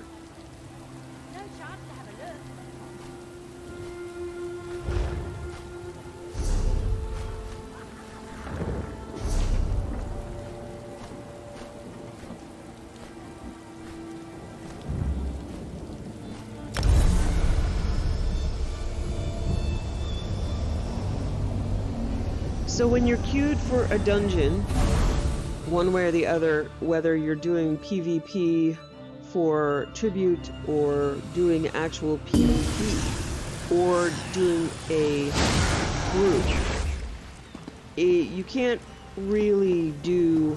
Oh, this is my home. There's a nice palace in there. I don't think I decorated it, so... not taking you in. It's a big house.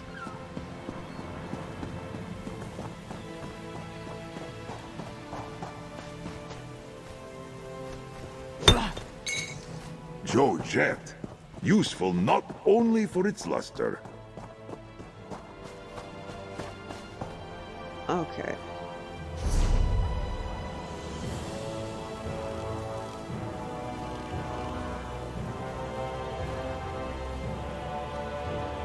Okay, I'm gonna go see if I can pick up this sky shard. It's not a good idea to do... if you're in a delve, while you're queued, it will boot you out to the beginning of the delve. So it's a good idea to just do some open world stuff that doesn't have any restrictions. Oh, that's right.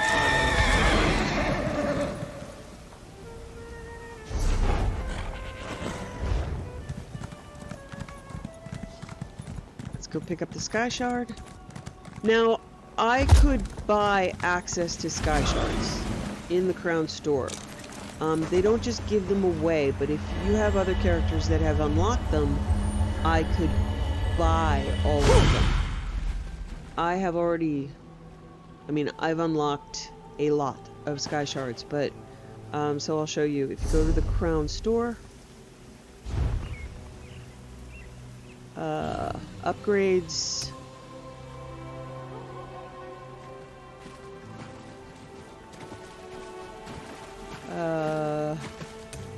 sky shards. So, okay, my dungeon's ready. Let's just run through it just to show you how it goes. Yep, Fungal Grotto. So I've been to this place a ridiculous number of times. I should be fine. So these unlock around level 10. You're not part of my expedition. Interesting. This is no random chance. I believe you're the answer to our problem. What problem? We're searching these caverns for a sacred shrine that's been lost for ages. Our problem is that Dreg and goblins are overrunning. Okay, I'm in combat. So I'm gonna have to quickly accept this quest. I can't just really hang out here. Yeah, so the tank ran so far forward, we're already at a boss. It will point you up, so they dragged everybody with them. But everything's gonna... no. So I'm not gonna be able to really explore in here. I just need to stay alive. And I might be ported several times forward. There's the boss, they're dead.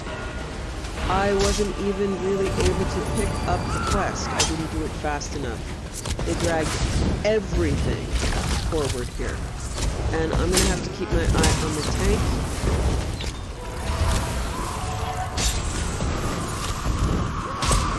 So I'm supposed... yeah.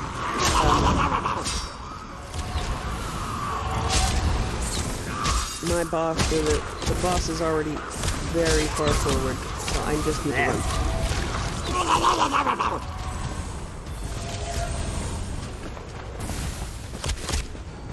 And it'll probably just tell me that I'm joining something in, joining encounter in progress. Yes, I'll be ported forward. There's no time to pick up quests. There's no time to explore. This is the final boss phase.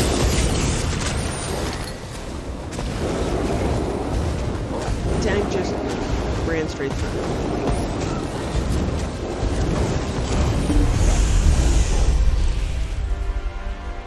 Okay. By the ebony blade, this so, is it. If you see, I just scrolled from level 10 to level 15. Are we... Oh.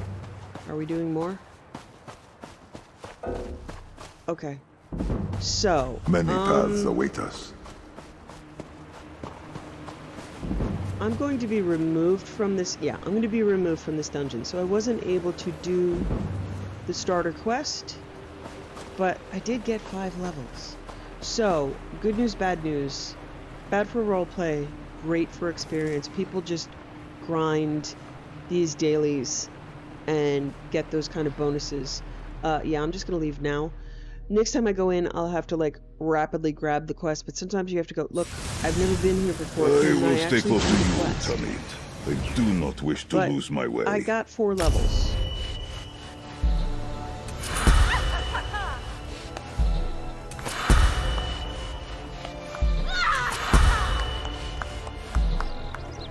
So, it's really not a great place for roleplay.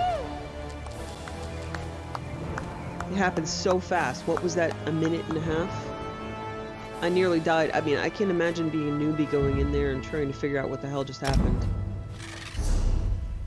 Okay. But 5 new skill points and 5 new levels isn't a bad thing. Okay, I've gotten first level of Keen Eye. I haven't done enough scrying or excavation to put any points into it.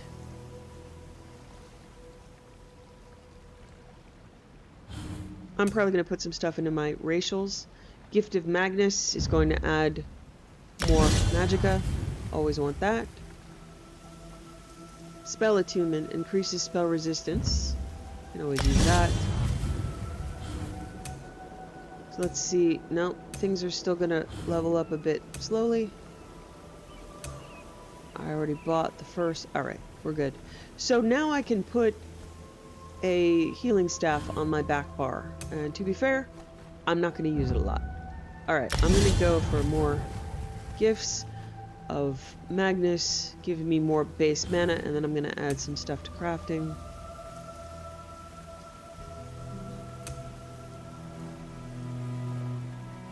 Okay, I'm going to buy my first level of Hireling, which will give me... Hireling will send you some blacksmithing materials and possibly other items every day. Materials actually sell for quite a bit. So I'm going to invest in some hirelings. Got tome points, I did a group dungeon. So those places, just like anchors, are massively swarmed. As a newbie, I could have just been left behind and died to that group. I just happened to know where to go and what was going to happen. Okay. Oh. Wow, I'm out of inventory space.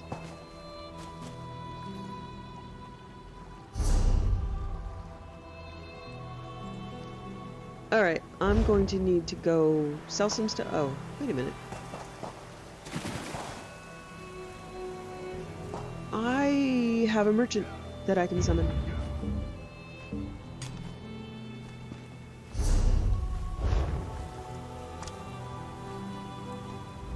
This one has? So mostly I'm going to have a ton of the potions that I made yesterday, and I'm going to sell them.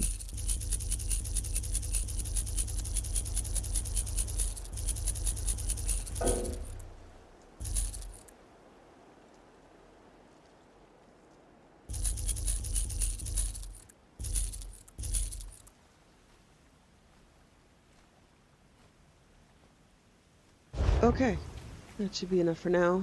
You notice when I summon my merchant, my ally will disappear. I'll have to resummon him.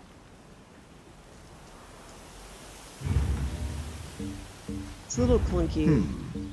Who might we Okay, aid there he today? Okay, looks like there is a quest marker over here.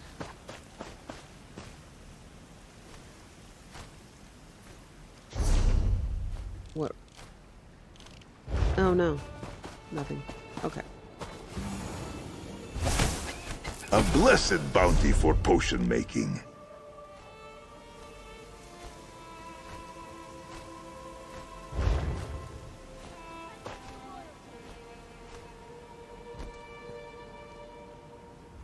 Share your thoughts with me. Certainly. I hope it is not too much, the way I rely on your guidance. I endeavor to make myself useful in this partnership. Yes? As you wish, I am pleased to drive the undead from the world, wherever we may travel. Slaying vampires or destroying skeletons is but one way to liberate souls in subjugation. If this is our mission, I will never think our time ill spent. Okay, let's see if I got some new... I definitely got some new gear. Alright, but part of the reason why I'm keeping the gear that I have, so even though the Spider Cultist Inferno Staff might do more damage, my Prophet's Inferno Staff has training. So it says increases experience gained from kills by 6%. That's significant. So the main quest will update that. You see each one has a training, so I'm just going to pick the highest level of that. And I'm going to keep things with training capacity on them. Alright, I made myself a homespun robe, which is light gear. Increases experience from kills by 7%. But this cuirass of the Drag King Slayer is what we just got from the dungeon. It has a higher percentage of training, even though it's the wrong gear point for me. It's heavy. I'll still use it. It's better than what I had. It gives better... Okay. So I've got... Prisoner's Robe. That gives 9% and it's cloth. And I will have a full set. So a set bonus you can see. I probably got this from the main quest. So 2 items adds maximum stamina and stamina recovery and stamina recovery. It's still got training. And its enchantment is to add maximum magicka. So I'm going to keep that. Okay, if you see this little examining glass next to something, magnifying glass, these are items that I can use to research stuff. So I will hold on to those. Breaches of the trainee. Okay. Alright. So Zarethvar is going to be following me there with... What is happening? Something weird. Innocent scoundrel. Alright, maybe that'll show up later. There is a handbill, poster, and decree over to the east, so I'll run up there and get that.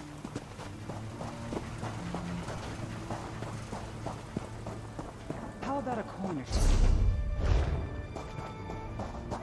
I'm so Along hungry. the bridge. So those are mods that add the location of these items to my map.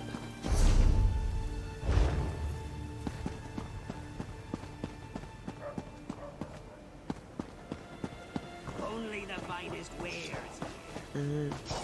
There it is. Call to action. Goblins infest the caves to our north. They slip into town in the night and steal food, livestock, even people. Turn your blades on the foul goblins and you will be rewarded. Headman Bosek will soon offer a bounty for slain goblins. This is your chance for riches. Addendum. Please do not ask Headman Bosek about the bounty. When it is ready, we will spread word. Scribe Nicolard. Graffiti is scrawled below the notice. Killed goblins for years but never been paid. Demand a reward. Lose your fingers.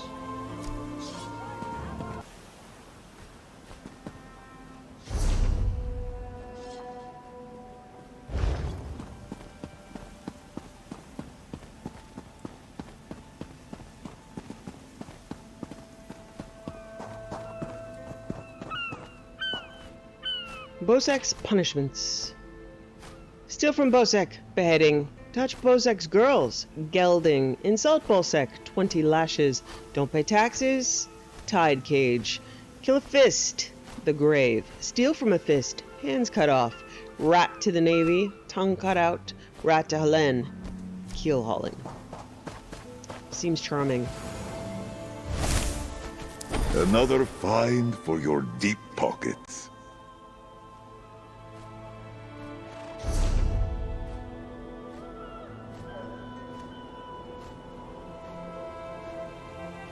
Okay, broken spearhead, enter the grave.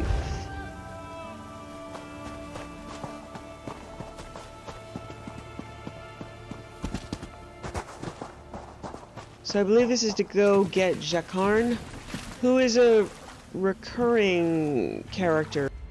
So Jakarn, I believe, if I've got the right character, is voiced by Steve Blum, who was Spike Spiegel in Cowboy Bebop. He also did the voice of Grunt in Mass Effect.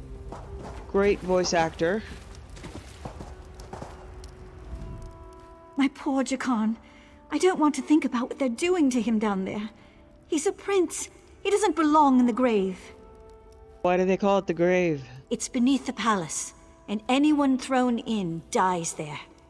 Jakarn said the guards are brutal, and the other prisoners are worse.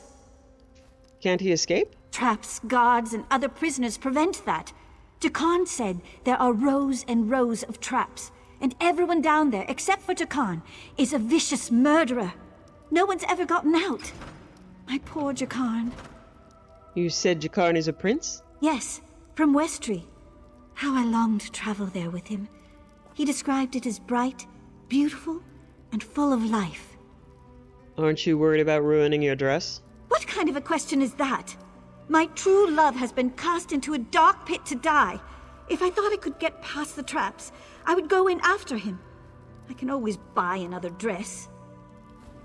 So, Crafty Larissa, Jakarn, and the captain, her name escapes me right now, are recurrent characters who will show up later in the stories in different zones.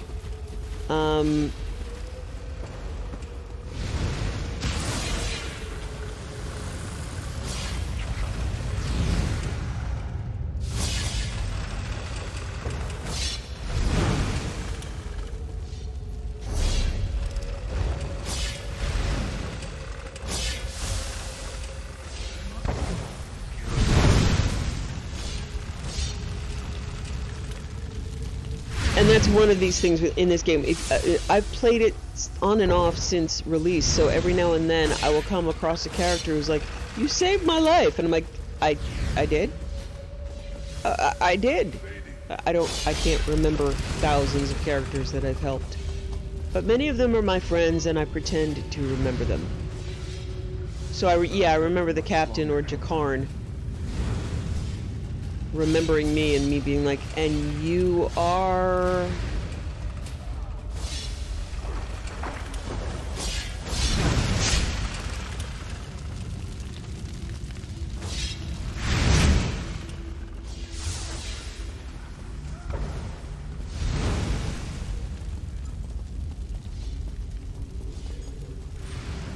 Oh, that's cute. Look, he's got a little stealth wimble. He's got a little... Yeah. That's adorable. He's sneaking. Let's see. On sneak? Sneak. That's awesome. Look at his little face. Okay. Where am I going?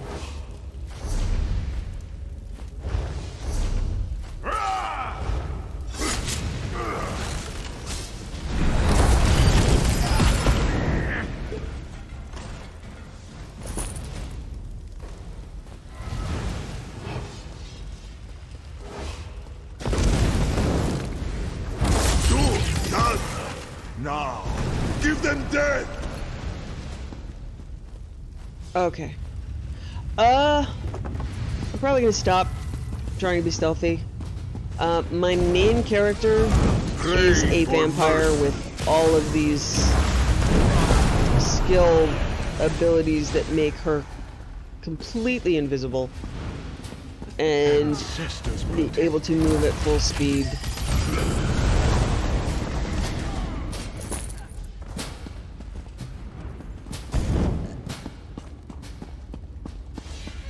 So I'm in the habit of constantly sneaking, but mostly I'm gonna run through these places.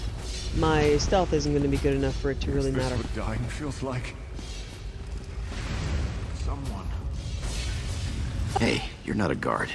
You have to help me. Captain Colleen, that's her name, sent me. She needs your help with a heist. Well, that's perfect. Get me out of here and I'm at your service. You'll find me a man of many talents. If I found a handsome guy locked in a cell, I'd free him.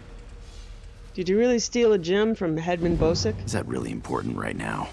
Sure, I took that gem, but he took it from some poor merchant. Tossed him in here to die. Can't steal from a thief, can you? Alright, I'll get you out.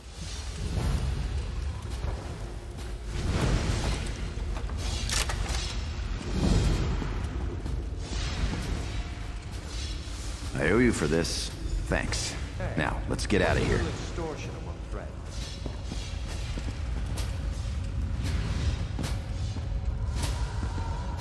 Watch yourself. I'm in a foul mood. You first.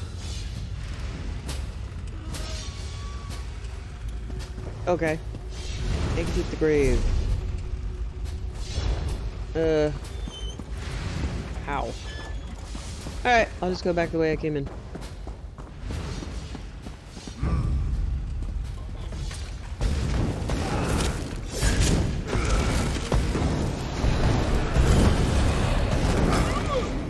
Stealth isn't really going to come much into play until the Thieves Guild line and the Assassins Guild line, which I'm not going to be starting. Starting a ton of things all at once mostly means you're not going to have enough skill points to advance them. So I will be lockpicking, which is a part of the original game.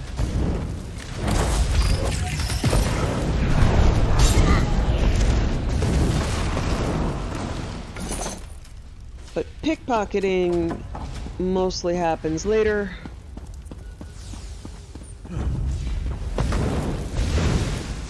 So, rather than sneak about, I'm just gonna pretty much kill everything I come across. Rest now.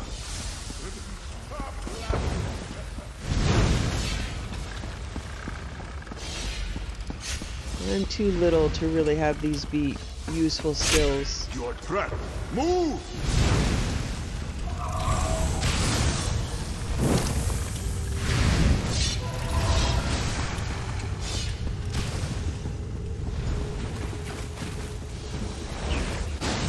Go that way.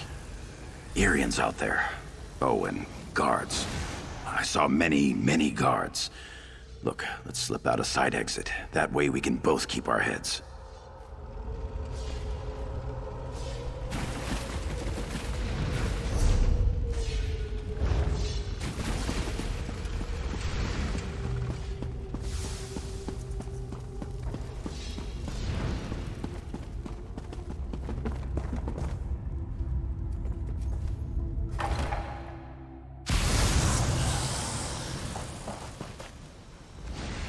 Thanks for breaking me out back there.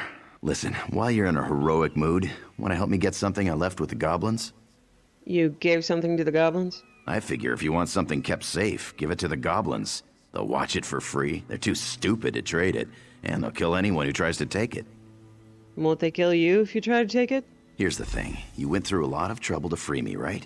There's no way you'll let me get eaten by goblins. So you, my good friend, will follow me to their mine. Yeah? This way. Alright, so we will come back for that. Right now, I am going to... A useful find. Try to start scribing. Which again, I'm not going to use much, but some of these, like, it's useful to pick up,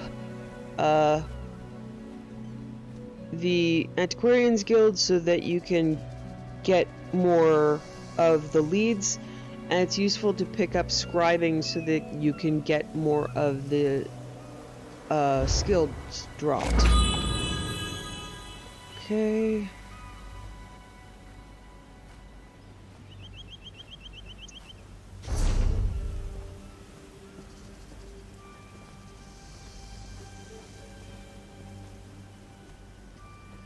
Okay, gonna go to the West Weald and pick up portal points there.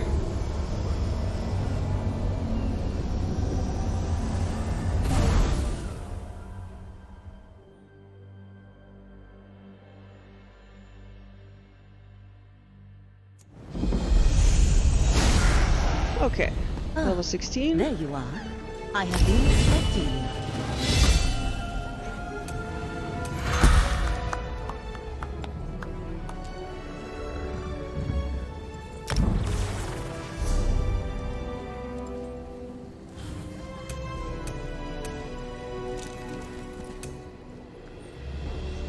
Okay, I'm gonna start buying the second ability. Wait, am I though? Yeah, just so that it's waiting for me later. Okay. It won't gain any ability unless it's slotted. Okay, I believe I was in the middle of showing the ability to buy character upgrades. So I could buy skill lines. So I finished with other characters: Antiquities, Fighters Guild, Mages Guild, Ledger Domain, Sigic, Soul, Undaunted, Thieves, Vampire, Werewolf. I've never been a werewolf. I haven't finished the Dark Brotherhood, but mostly because I was just grinding it for a very long time and I got sick of just sneaking out and murdering people, but I'm pretty close. It's not really a fun line for me. I could buy these, but I'm not going to. And I could buy sky shards that I have unlocked. So, you're using crowns for that, which is the in-game currency. I've got quite a few. You can also accumulate, more by being a, what do they call it? A Crown Plus member? I don't know. Just basically, you can play this game for free, but your quality of life is much higher if you buy a basic subscription, and I'm okay supporting this game, so. I could buy all of these lines and have a lot of sky shards. So this one says, yeah, instantly unlock the remaining 17 sky shards. So for every 3 sky shard, you get a skill point.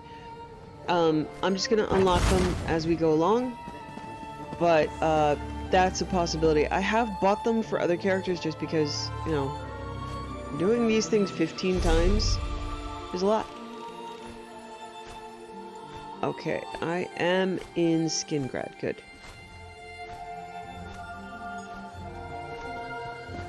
Alright, scribing is to the south.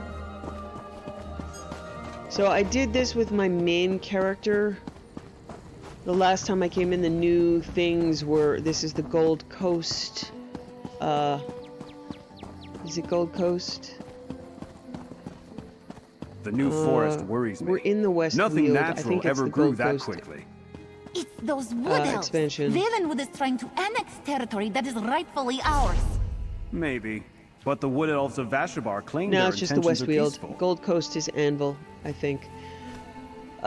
So I haven't made it as far to really doing this area or zone. I was going in order, unlocking everything, and that will take the rest of my life. So,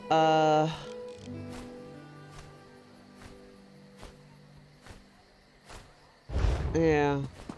I did unlock this line with my main character, but in the end, when you only have 5 slots, it's nice to have options, but it's mostly just frustrating that you can only have 5 slots. A fascinating application of the technique.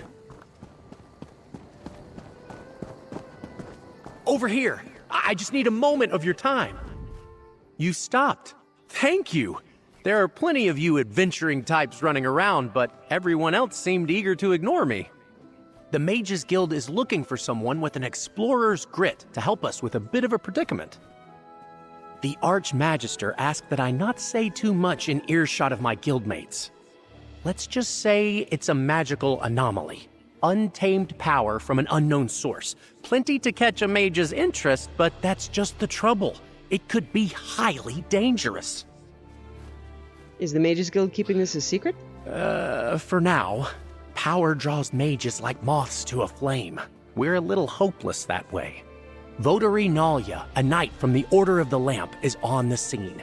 She needs someone to help her explore this anomaly and assess the danger. What do you say? I'll help Votary Nalia assess this magical anomaly. Excellent! The anomaly is in an old complex called Sunamir, beneath the Sunhold Mages Guild. Good luck. Hopefully the rest of us won't be far behind you. What else can you tell me about Votary Nalia? Take my word for it, she's one of our best. Professional, highly focused, a tad overworked, maybe. Some say knights in the Order of the Lamp are just failed mages. Those people haven't met Nalia. She's a knight that uses magic? She's got an incredible aptitude for portal magic. Taught me everything I know. She'd have made a fine adept if she didn't love that sword so much. At least, I think she loves it. She's hard to read these days. Very focused on work, like I said. Can you tell me more about the Order of the Lamp? They fill many roles, often acting as bodyguards for powerful members or guardians of ancient magics. There aren't many knights in the Order, especially compared to the number of mages in the guild. Why aren't there many knights in the Order? The standard for knights inducted into the Order soar higher than Kapora Tower. We don't just take anyone who can swing a blade, especially these days. What do you know about the anomaly? Precious little, I'm afraid. They broke through an old wall to get at it. Votary Nalia can fill you in on the details, but I heard one of the other knights mention its old, deep magic. Makes sense, given the age of Sunamir. Sunamir is a guild hall? No, Sunamir predates the founding of the Mages Guild by, 1,000 years or so. It's an ancient library, I think. Lots of dusty tomes and some esoteric stories from all across Tamriel. Can you tell me more about the Order of the Lamp? They fill many roles, often acting as bodyguards for powerful members or guardians of ancient magics. There aren't many knights in the Order, especially compared to the number of mages in the guild. Why have I never heard of the Order of the Lamp before? Well, rumor is that Archmagister Vanus formed the Order to lend legitimacy to the Mages Guild back when it was founded. That's not really a problem anymore. The knights are brave, skilled, and true. But the Order doesn't have much clout these days. The Order's fading away? Don't let Nalia hear you say that, but yes. Votaries of the Order of the Lamp are a rare sight in Tamriel these days, and likely to get rarer as the years roll on. What else can you tell me about Nalia? Take my word for it, she's one of our best. Professional, highly focused, a tad overworked, maybe. Some say knights in the Order of the Lamp are just failed mages. Those people haven't met Nalia. What's her title? Votary? Other knights throw around honorifics like Sir and Dame. It's like that, a way for members to distinguish themselves. It speaks to their vows to the Order and to their role as a light to defend the guild. Nalia and the others are inside. Stay safe in there.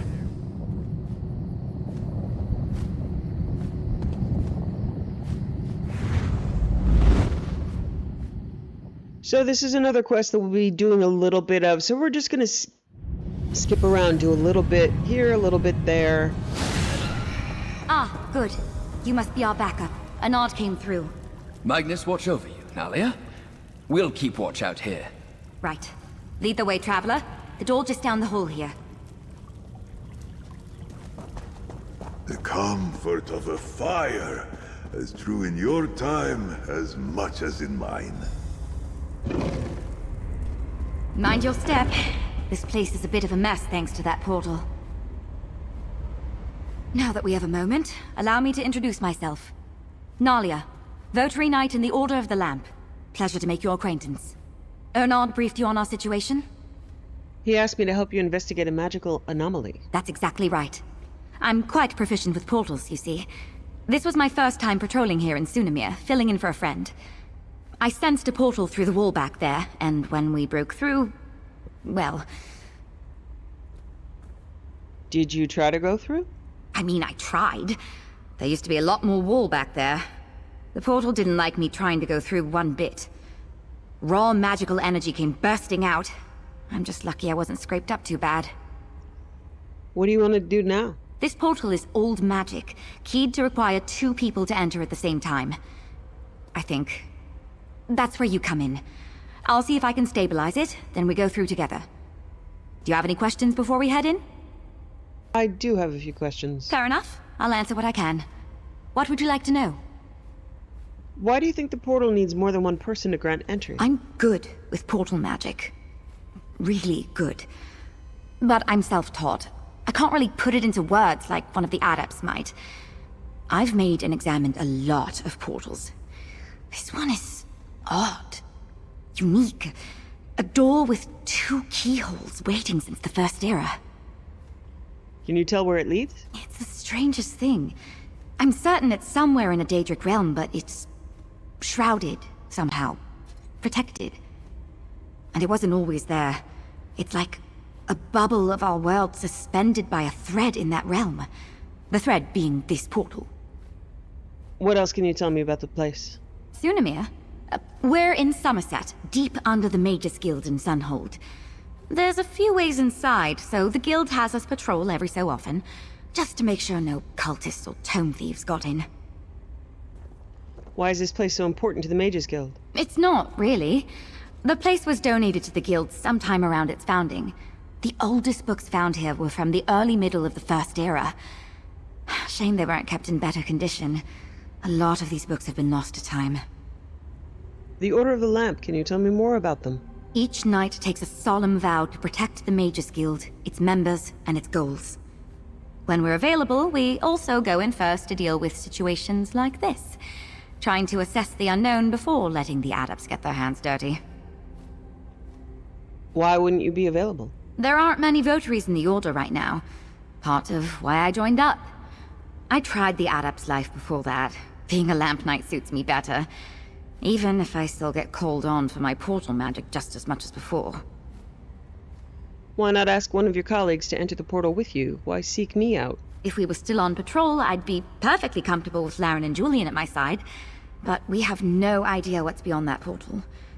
One of the nice parts of being in a guild is you can call in backup. That's you. All right, I'm ready to head through that portal. Here we go.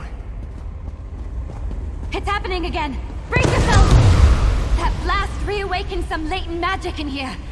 Look around while I get this thing under control.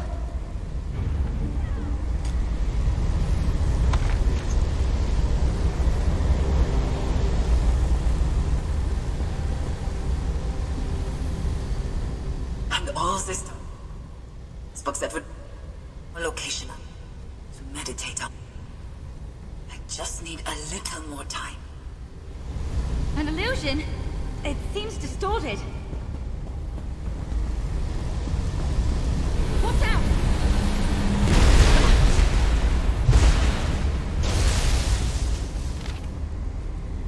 This page appears torn from a journal. Packed all I could, but mainly carried resentment. The thoughtless whims of fools and madmen have left my heart barren. I've broken myself trying to save everything. I'll leave and make a legacy to carry on what I discovered. The Scholarium will live again. Just not... Bet there's lots of old notes down here. This thing's as stable as I can make it. There are loads of Let's head in before another bookcases. surge of magic. Red Eagle's Song, transcribed from the oral tradition by Varana Tapo, imperial scribe serving the Longhouse emperors. Remember, remember, child of the Reach, Phelan's bloody story. Phelan is Red Eagle. For, if I recall correctly, there was an eagle in the sky when he was born, and it was fall, so the leaves were red. Remember, remember, child of the Reach, Red Eagle's final glory.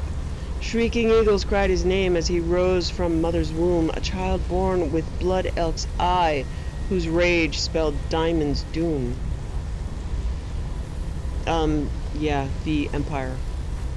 Despair, despair, as Hester came, southborn hag of white stone tower, with bands of iron spears and shields, she turned the king hearts black and sour. He warred and howled as seasons passed, slaying the Empire's daughter and son, but Reach folk fell by arrow and spear. To clan friends he had none. At last he traded his eagle's heart for the ravens who covet our power. So a hag raven took his heart, turned him into a briar heart. In his breast it planted the briar seed that grows from the corpse's flower. Thousands fell to his flaming sword as the blood sun rose and set. Despite the bite of 100 arrows, he fought till death he met. Let's all remember Phelan's rage, for it dwells in the heart of us all. Any who covet the sacred Reach will suffer our spears and fall. So Red Eagle's Right is part of Skyrim. You can find his barrow and call him. To all Alessian soldiers, the Dureni believe they have the advantage. They're comfortable in their camps and secure in their victories. They've lost focus. Word has reached us that the Dureni will launch a major assault in the coming hours. When this happens, we'll send our Alessian scouts under the cover of shadows to get in behind them, destroying their camp. If this works, we can catch their assault from behind in a flank and wipe them out once and for all. No one will stand in the way of the Alessians. Kill and keep killing in the name of the One. Change in the Chimer by Kalarla Marrow, Alessia's Chosen. Strange events continue to plague our time. First, the battle at Ren Mountain, followed by the Dwemer's disappearance, and now the sudden physical change in the Chimer. Naturally, exaggerated writings about this meant solely for a quick grab of gold alone have already circulated across Cyrodiil. Their change signals the end times. Stare into their eyes and you'll fall into oblivion itself. Some of this fodder will be claimed as fact and taught to the young minds of tomorrow. Thus, as a scholar, I believed it was my duty to document what I've seen of these so-called Dark Elves firsthand. Their skin is ashen and their eyes pools of red like lava. I see now why some are calling it a curse from Red Mountain. But who they were, their nature remains unchanged. So tell me, does their changed appearance really deserve this much hysteria? Dunmer or Chimer, they continue to live their lives, still a people with a proud tradition. And no doubt a bright and unmarred future. This I know for a fact, dear reader. The Battle of Glenumbria Moors. Who took up their arms that winter dawn? Who to Glenumbria came to raise their hand 'gainst tyrants stand, and to die in freedom's name? Who stood on the field upon that hour? Who answered Dureni's call? Merry Breton-born, all came that morn to defend the land for all. Rise, rise, to freedom rise. Rise, ye Breton sons and daughters. Rise, rise, to freedom rise. Truth and glory to the brave. And when the battle it was joined, Alessians 3-1, the sky lit bright with magic's light, and with magic it was won. For all they stood on blessed ground, whence all her power came, the rocks would yield what might they wield, all in Dureni's name. So children of the Breton land, ye best remember well, all those for who High Rock stood, Brian, Ansois, Riel, men of the north, all who stood forth, till all oppressors fell.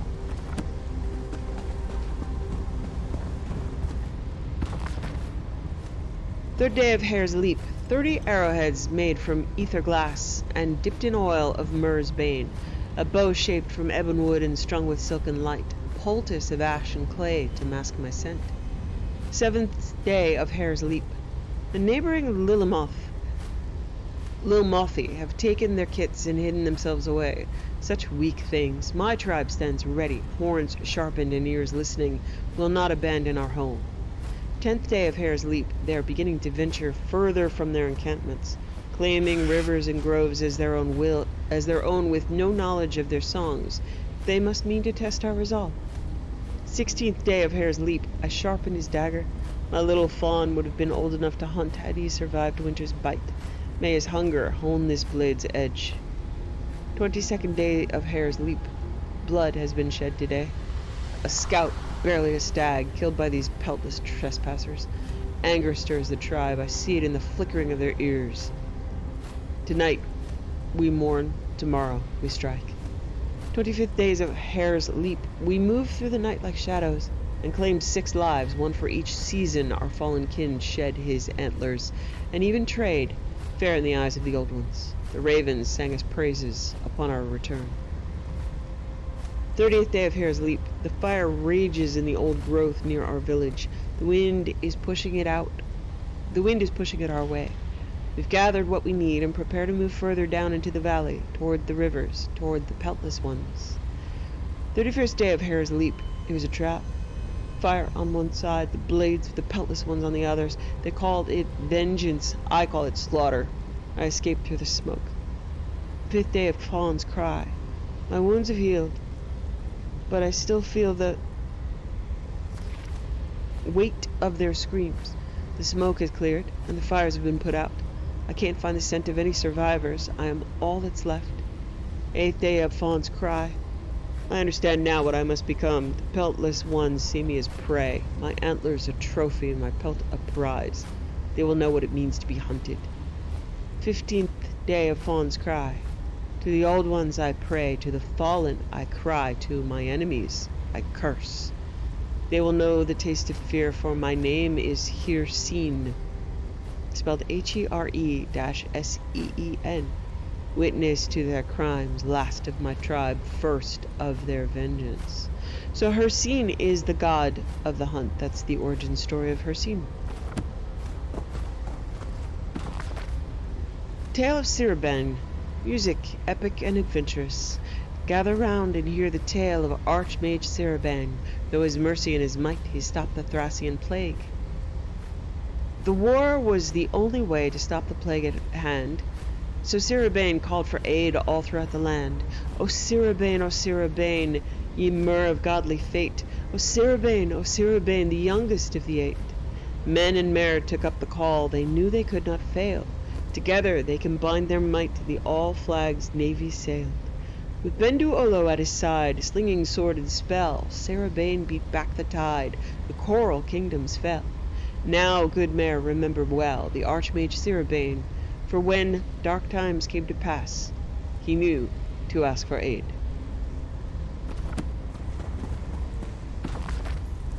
The Ship of Ice, a tale told by the sailors of Winterhold and transcribed by Kian's daughter. Long ago, in the time of our grandfathers' grandfathers, a ship came out of the north.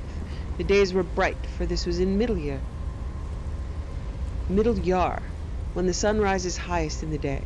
Yet the ship was covered in rime, and its frost-covered sails sagged under the weight of the ice. Winterhold's folk fell silent as the Ship of Ice steered slowly to the quay. A jarl named Kjarlhund happened to be close at hand and hailed the newcomer. "Who are you, and from where do you come?" he called. "We are those who mourn," came the steersman's reply, "and out of death we have sailed. We beg you for fire, for salt, for bread. Will you take us in?" Now many who stood near urged Kjarlhund to turn them away, for they could see frozen corpses at the oars of the ice ship. Yet Kjarlhund saw that some still lived, and he took pity on them. He called the steersman to land, and was first to board when the ship made fast. Even though the warm sun of Middle Yar rose high in the sky, the very planks of the deck radiated a numbing cold. "What does this mean?" Kjarlhund asked the ship's steersman. "What's happened?" "The frostfall has taken Atmora," the steersman answered him. "We were the last to sail for Yerfuk.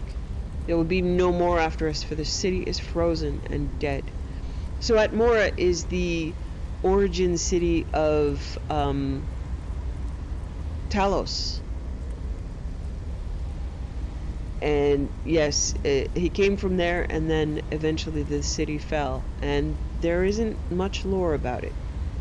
"But the sun rides high," said Kjarlhund. "It's summer." "There is no summer in Atmora," the steersman told him. "The day we made ready to sail, a snow elf came to us, a child dressed in a thin gown, though we shivered in our heaviest furs. She said to us, 'I bring you a message. With your swords and axes you slew our homeland. With the frostfall we have now slain yours. Look upon these frozen shores for the last time and know that this is the harvest that your fathers sowed and their fathers before them." Then she vanished. A cold shadow fell upon Kjalhund and all who heard the steersman speak. They looked over the sea toward far Atmora, and indeed the day seemed to grow pale and chill in despite of the summer. Some in Winterhold who were not there later scoffed at the tale. If the snow elves commanded such dire magic, they said, then why had they not used it to defeat Ysgramor and save their realms in Skyrim? The steersman and his crew said nothing more, but no more ships came out of Atmora.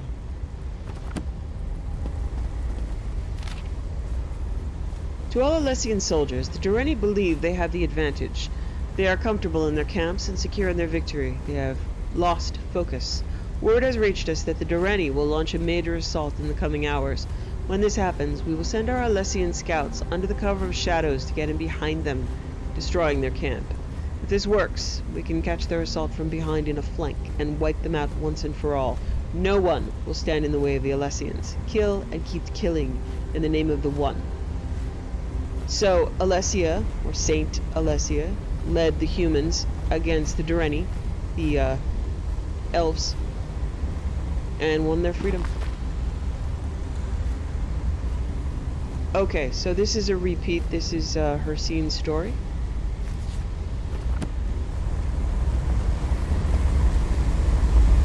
Okay, now we go in the portal. Okay, I'm gonna leave those books.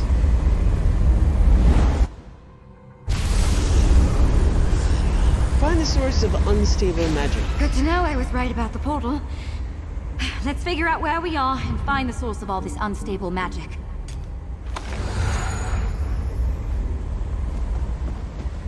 Okay, so if I remember correctly, I just need to stay away from these things because they're just kill the mobs, but stay away from the rogue magic things that if I know they'll just zap me as I get close. Yep, it does area damage just as you get close and you can't kill it.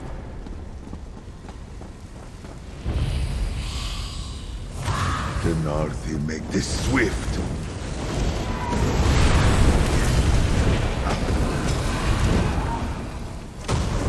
So they explode on death, which is always fun.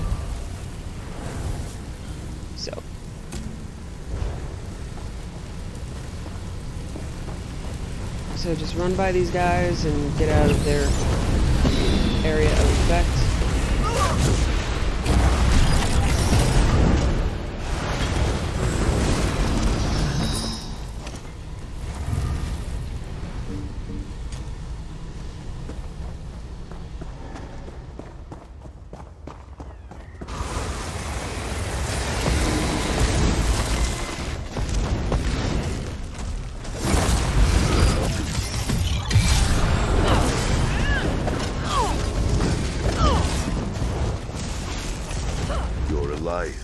On this practice of soul gems is troubling.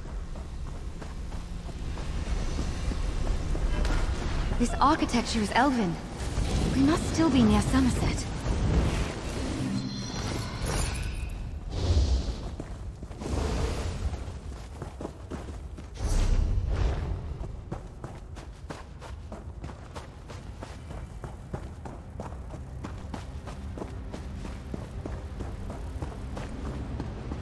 All these defenses were meant to protect what?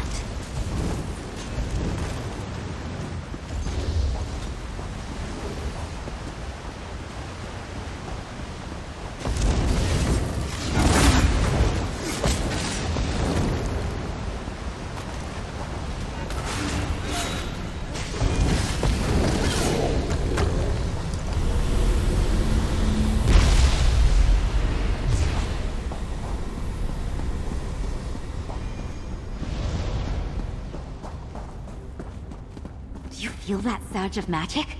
We're getting close.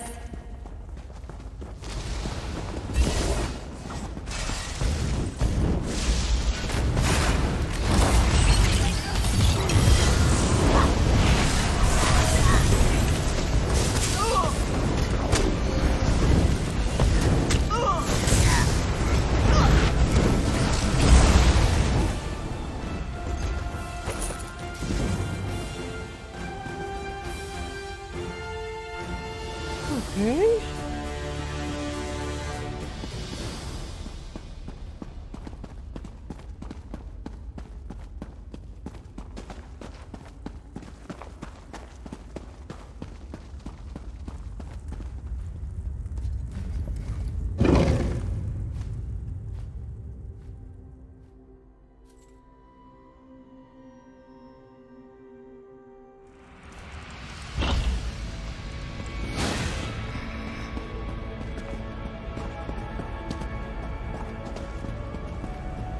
Whatever's causing this, I think it's in the next room. Come on!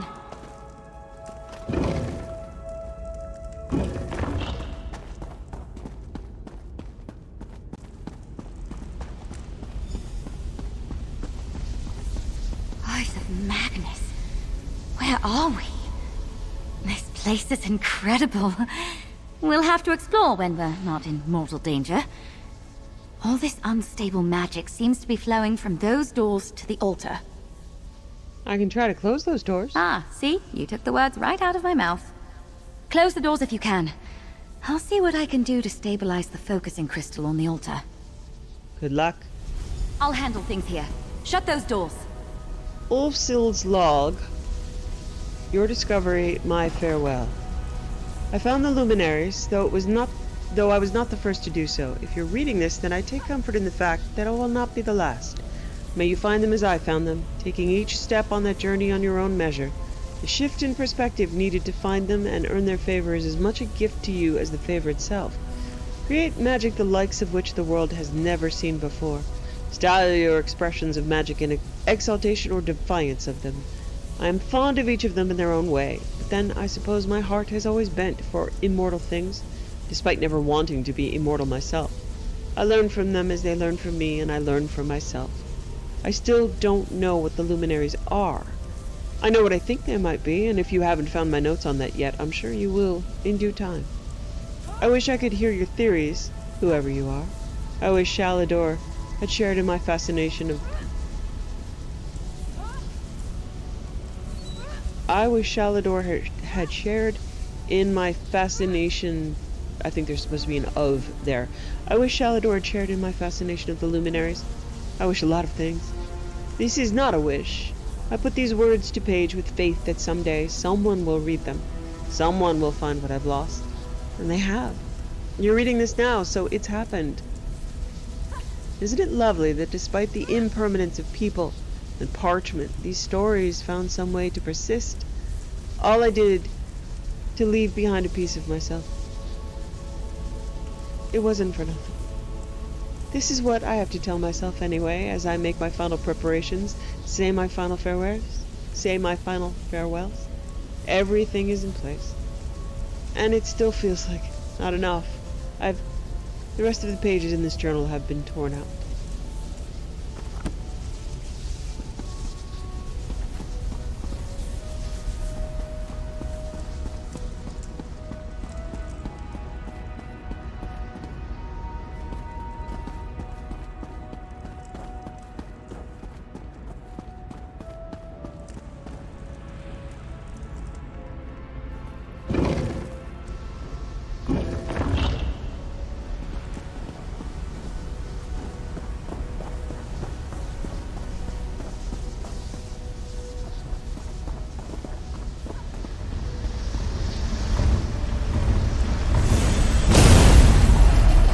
Ascend this star-parked night, one a lamp and one a light.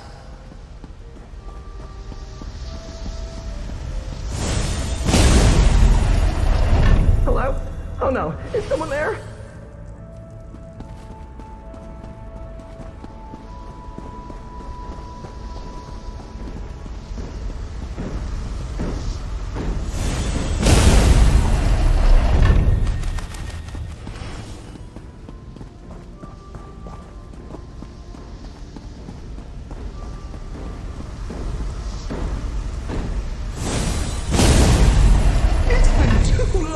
Since someone basked in my presence.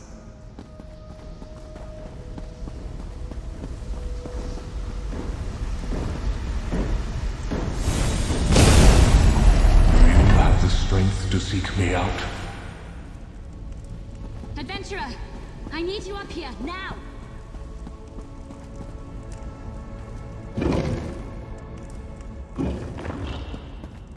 There are clearly a lot of books around here. Some of them won't be available until later. I'm not going to read them all. We'll be here doing... It's a long quest. Back and clear it up. That wasn't the best idea I've ever had. Meddlers! Thieves! What have you done to my altar?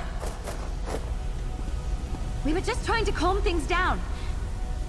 Who in oblivion are you? This is a fine way to wake after centuries of restless slumber. Did she send you? You're not at all what I was promised. It wasn't enough to break in. You had to smash the altar, too. We were trying to calm the unstable magic. Who are you? You may call me the Crow. This is the Scalarium, and... I see now. She didn't send you. If she had, your knight wouldn't have smashed the altar's focusing crystal. I want to help. Just tell me what to do. I suppose, if you meant true harm, you could have done much worse. We'll need a new crystal to act as a focus for the altar. Procure one and... pin feathers. I suppose it's the only way. We'll have to try. Have to try what? This altar focuses power to shape the very heart of magic itself. If we're going to get things under control, I'll need to talk you through the rite of scribing. But first things first, there should be an old focus or two in the East Wing. Hurry! I'll find a new focus in the East Wing. The East Wing should still have a replacement crystal boxed up somewhere. Don't let the Scalarium's defenses stand in your way. Hurry now! What is scribing? Can you tell me what's going on? We'll have all the time in the world to talk after the magic here is quelled. If the altar isn't stabilized, our conversation options will be very limited, because we will be dead. I'll find that crystal then. I'll hang back. That blast took a lot out of me.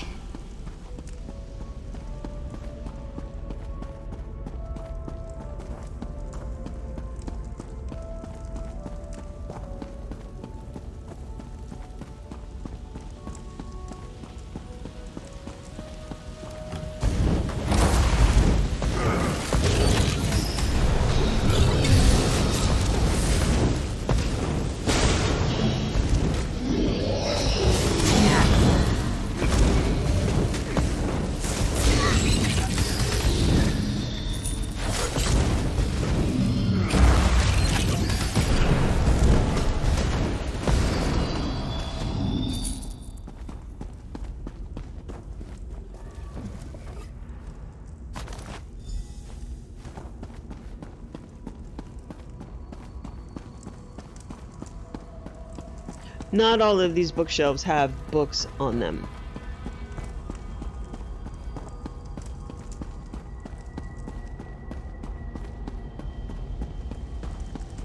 Yes, good. Bring the crystal to the altar. Place it in the empty locus.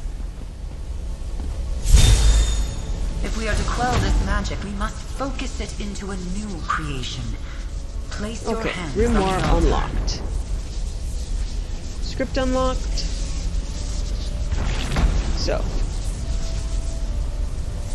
Cool. This is the scribing altar. Make this grimoire your own. Luminous ink is required to complete an act of scribing. You'll be charged ink equal to the number of the new scripts added. You can acquire ink, grimoires, and scripts through numerous methods in the world. Keep an eye open for hints as you continue to explore the Scalarium. Scribing scripts. Customize your grimoire by adding one script of each type.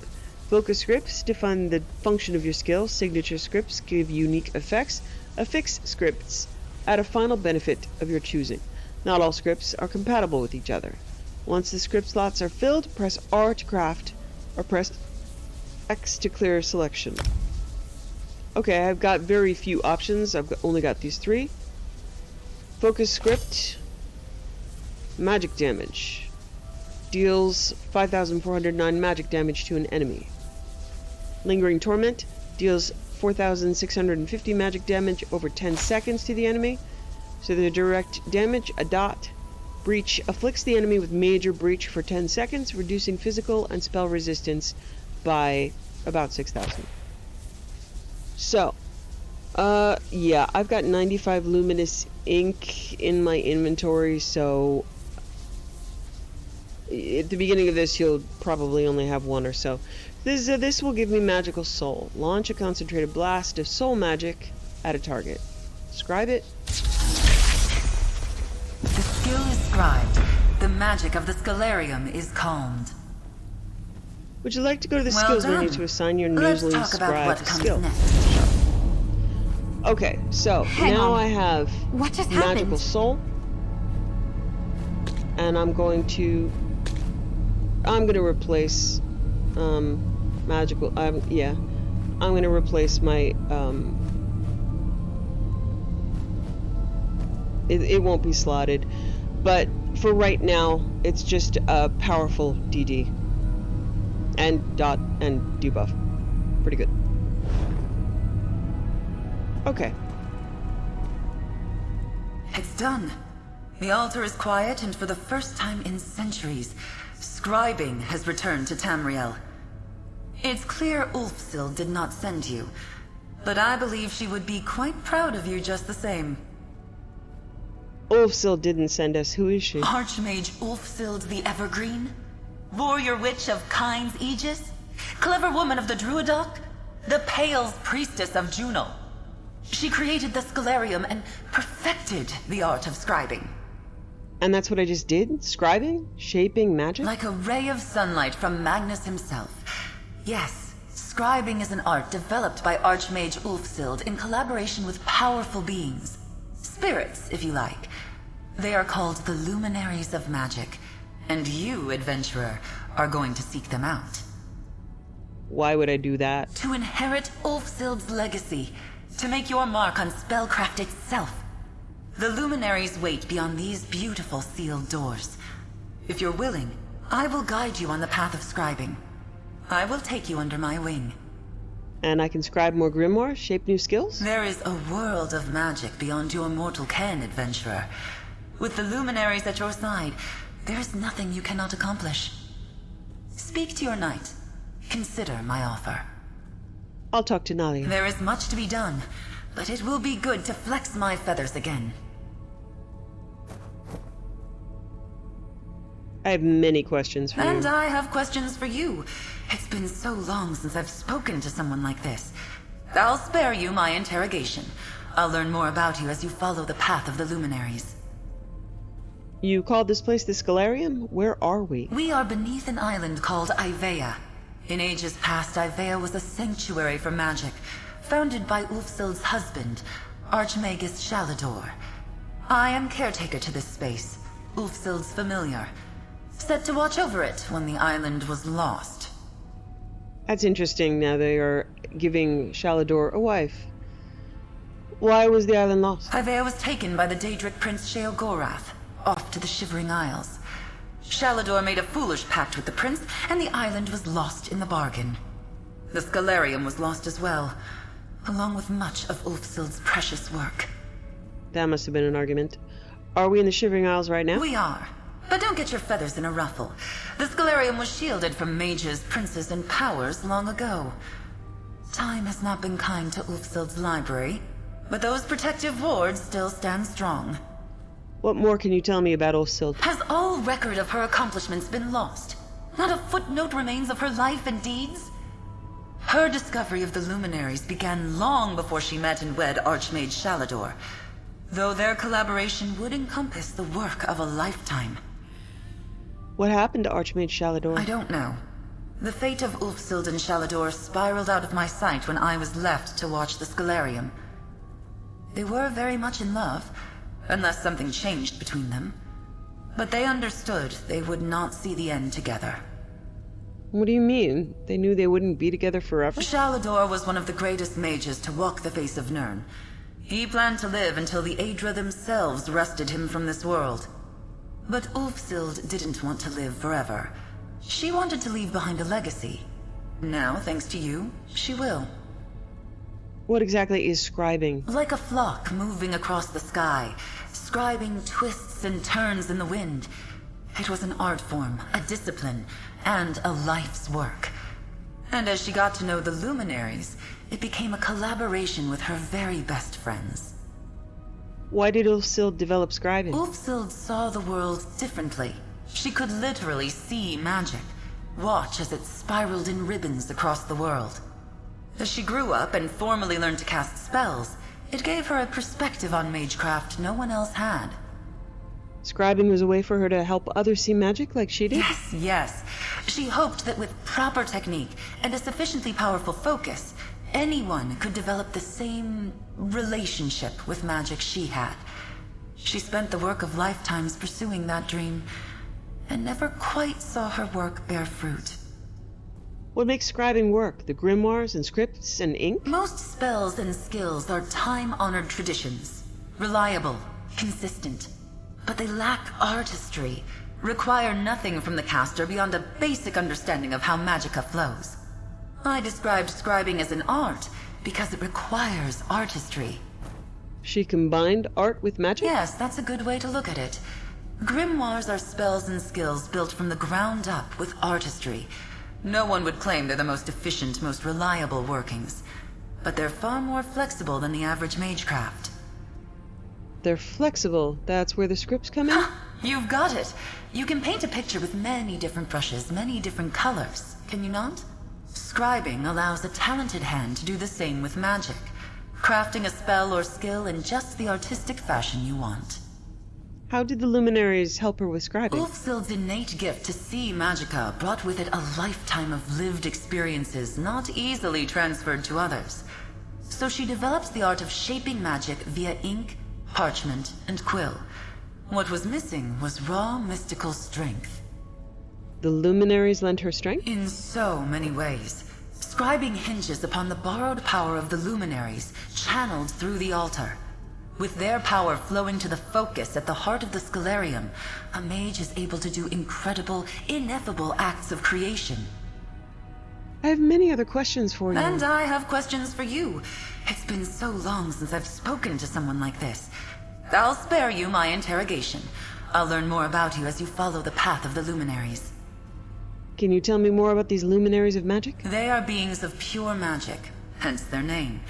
Utterly unique, like beams of light emanating from the face of Magnus himself. Each has chosen a shape that suits their personality, following goals and interests entirely of their own choosing. Where do they come from? Ask each luminary what they are, where they came from, or how they came to be, and they'll each give you a different answer. My suggestion is that you meet them, learn all you can, and decide the answer to that question for yourself. You said the luminaries could teach me about scribing? As they themselves once taught Ulfsild. Yes, the luminaries understand magic in a way mortals never could.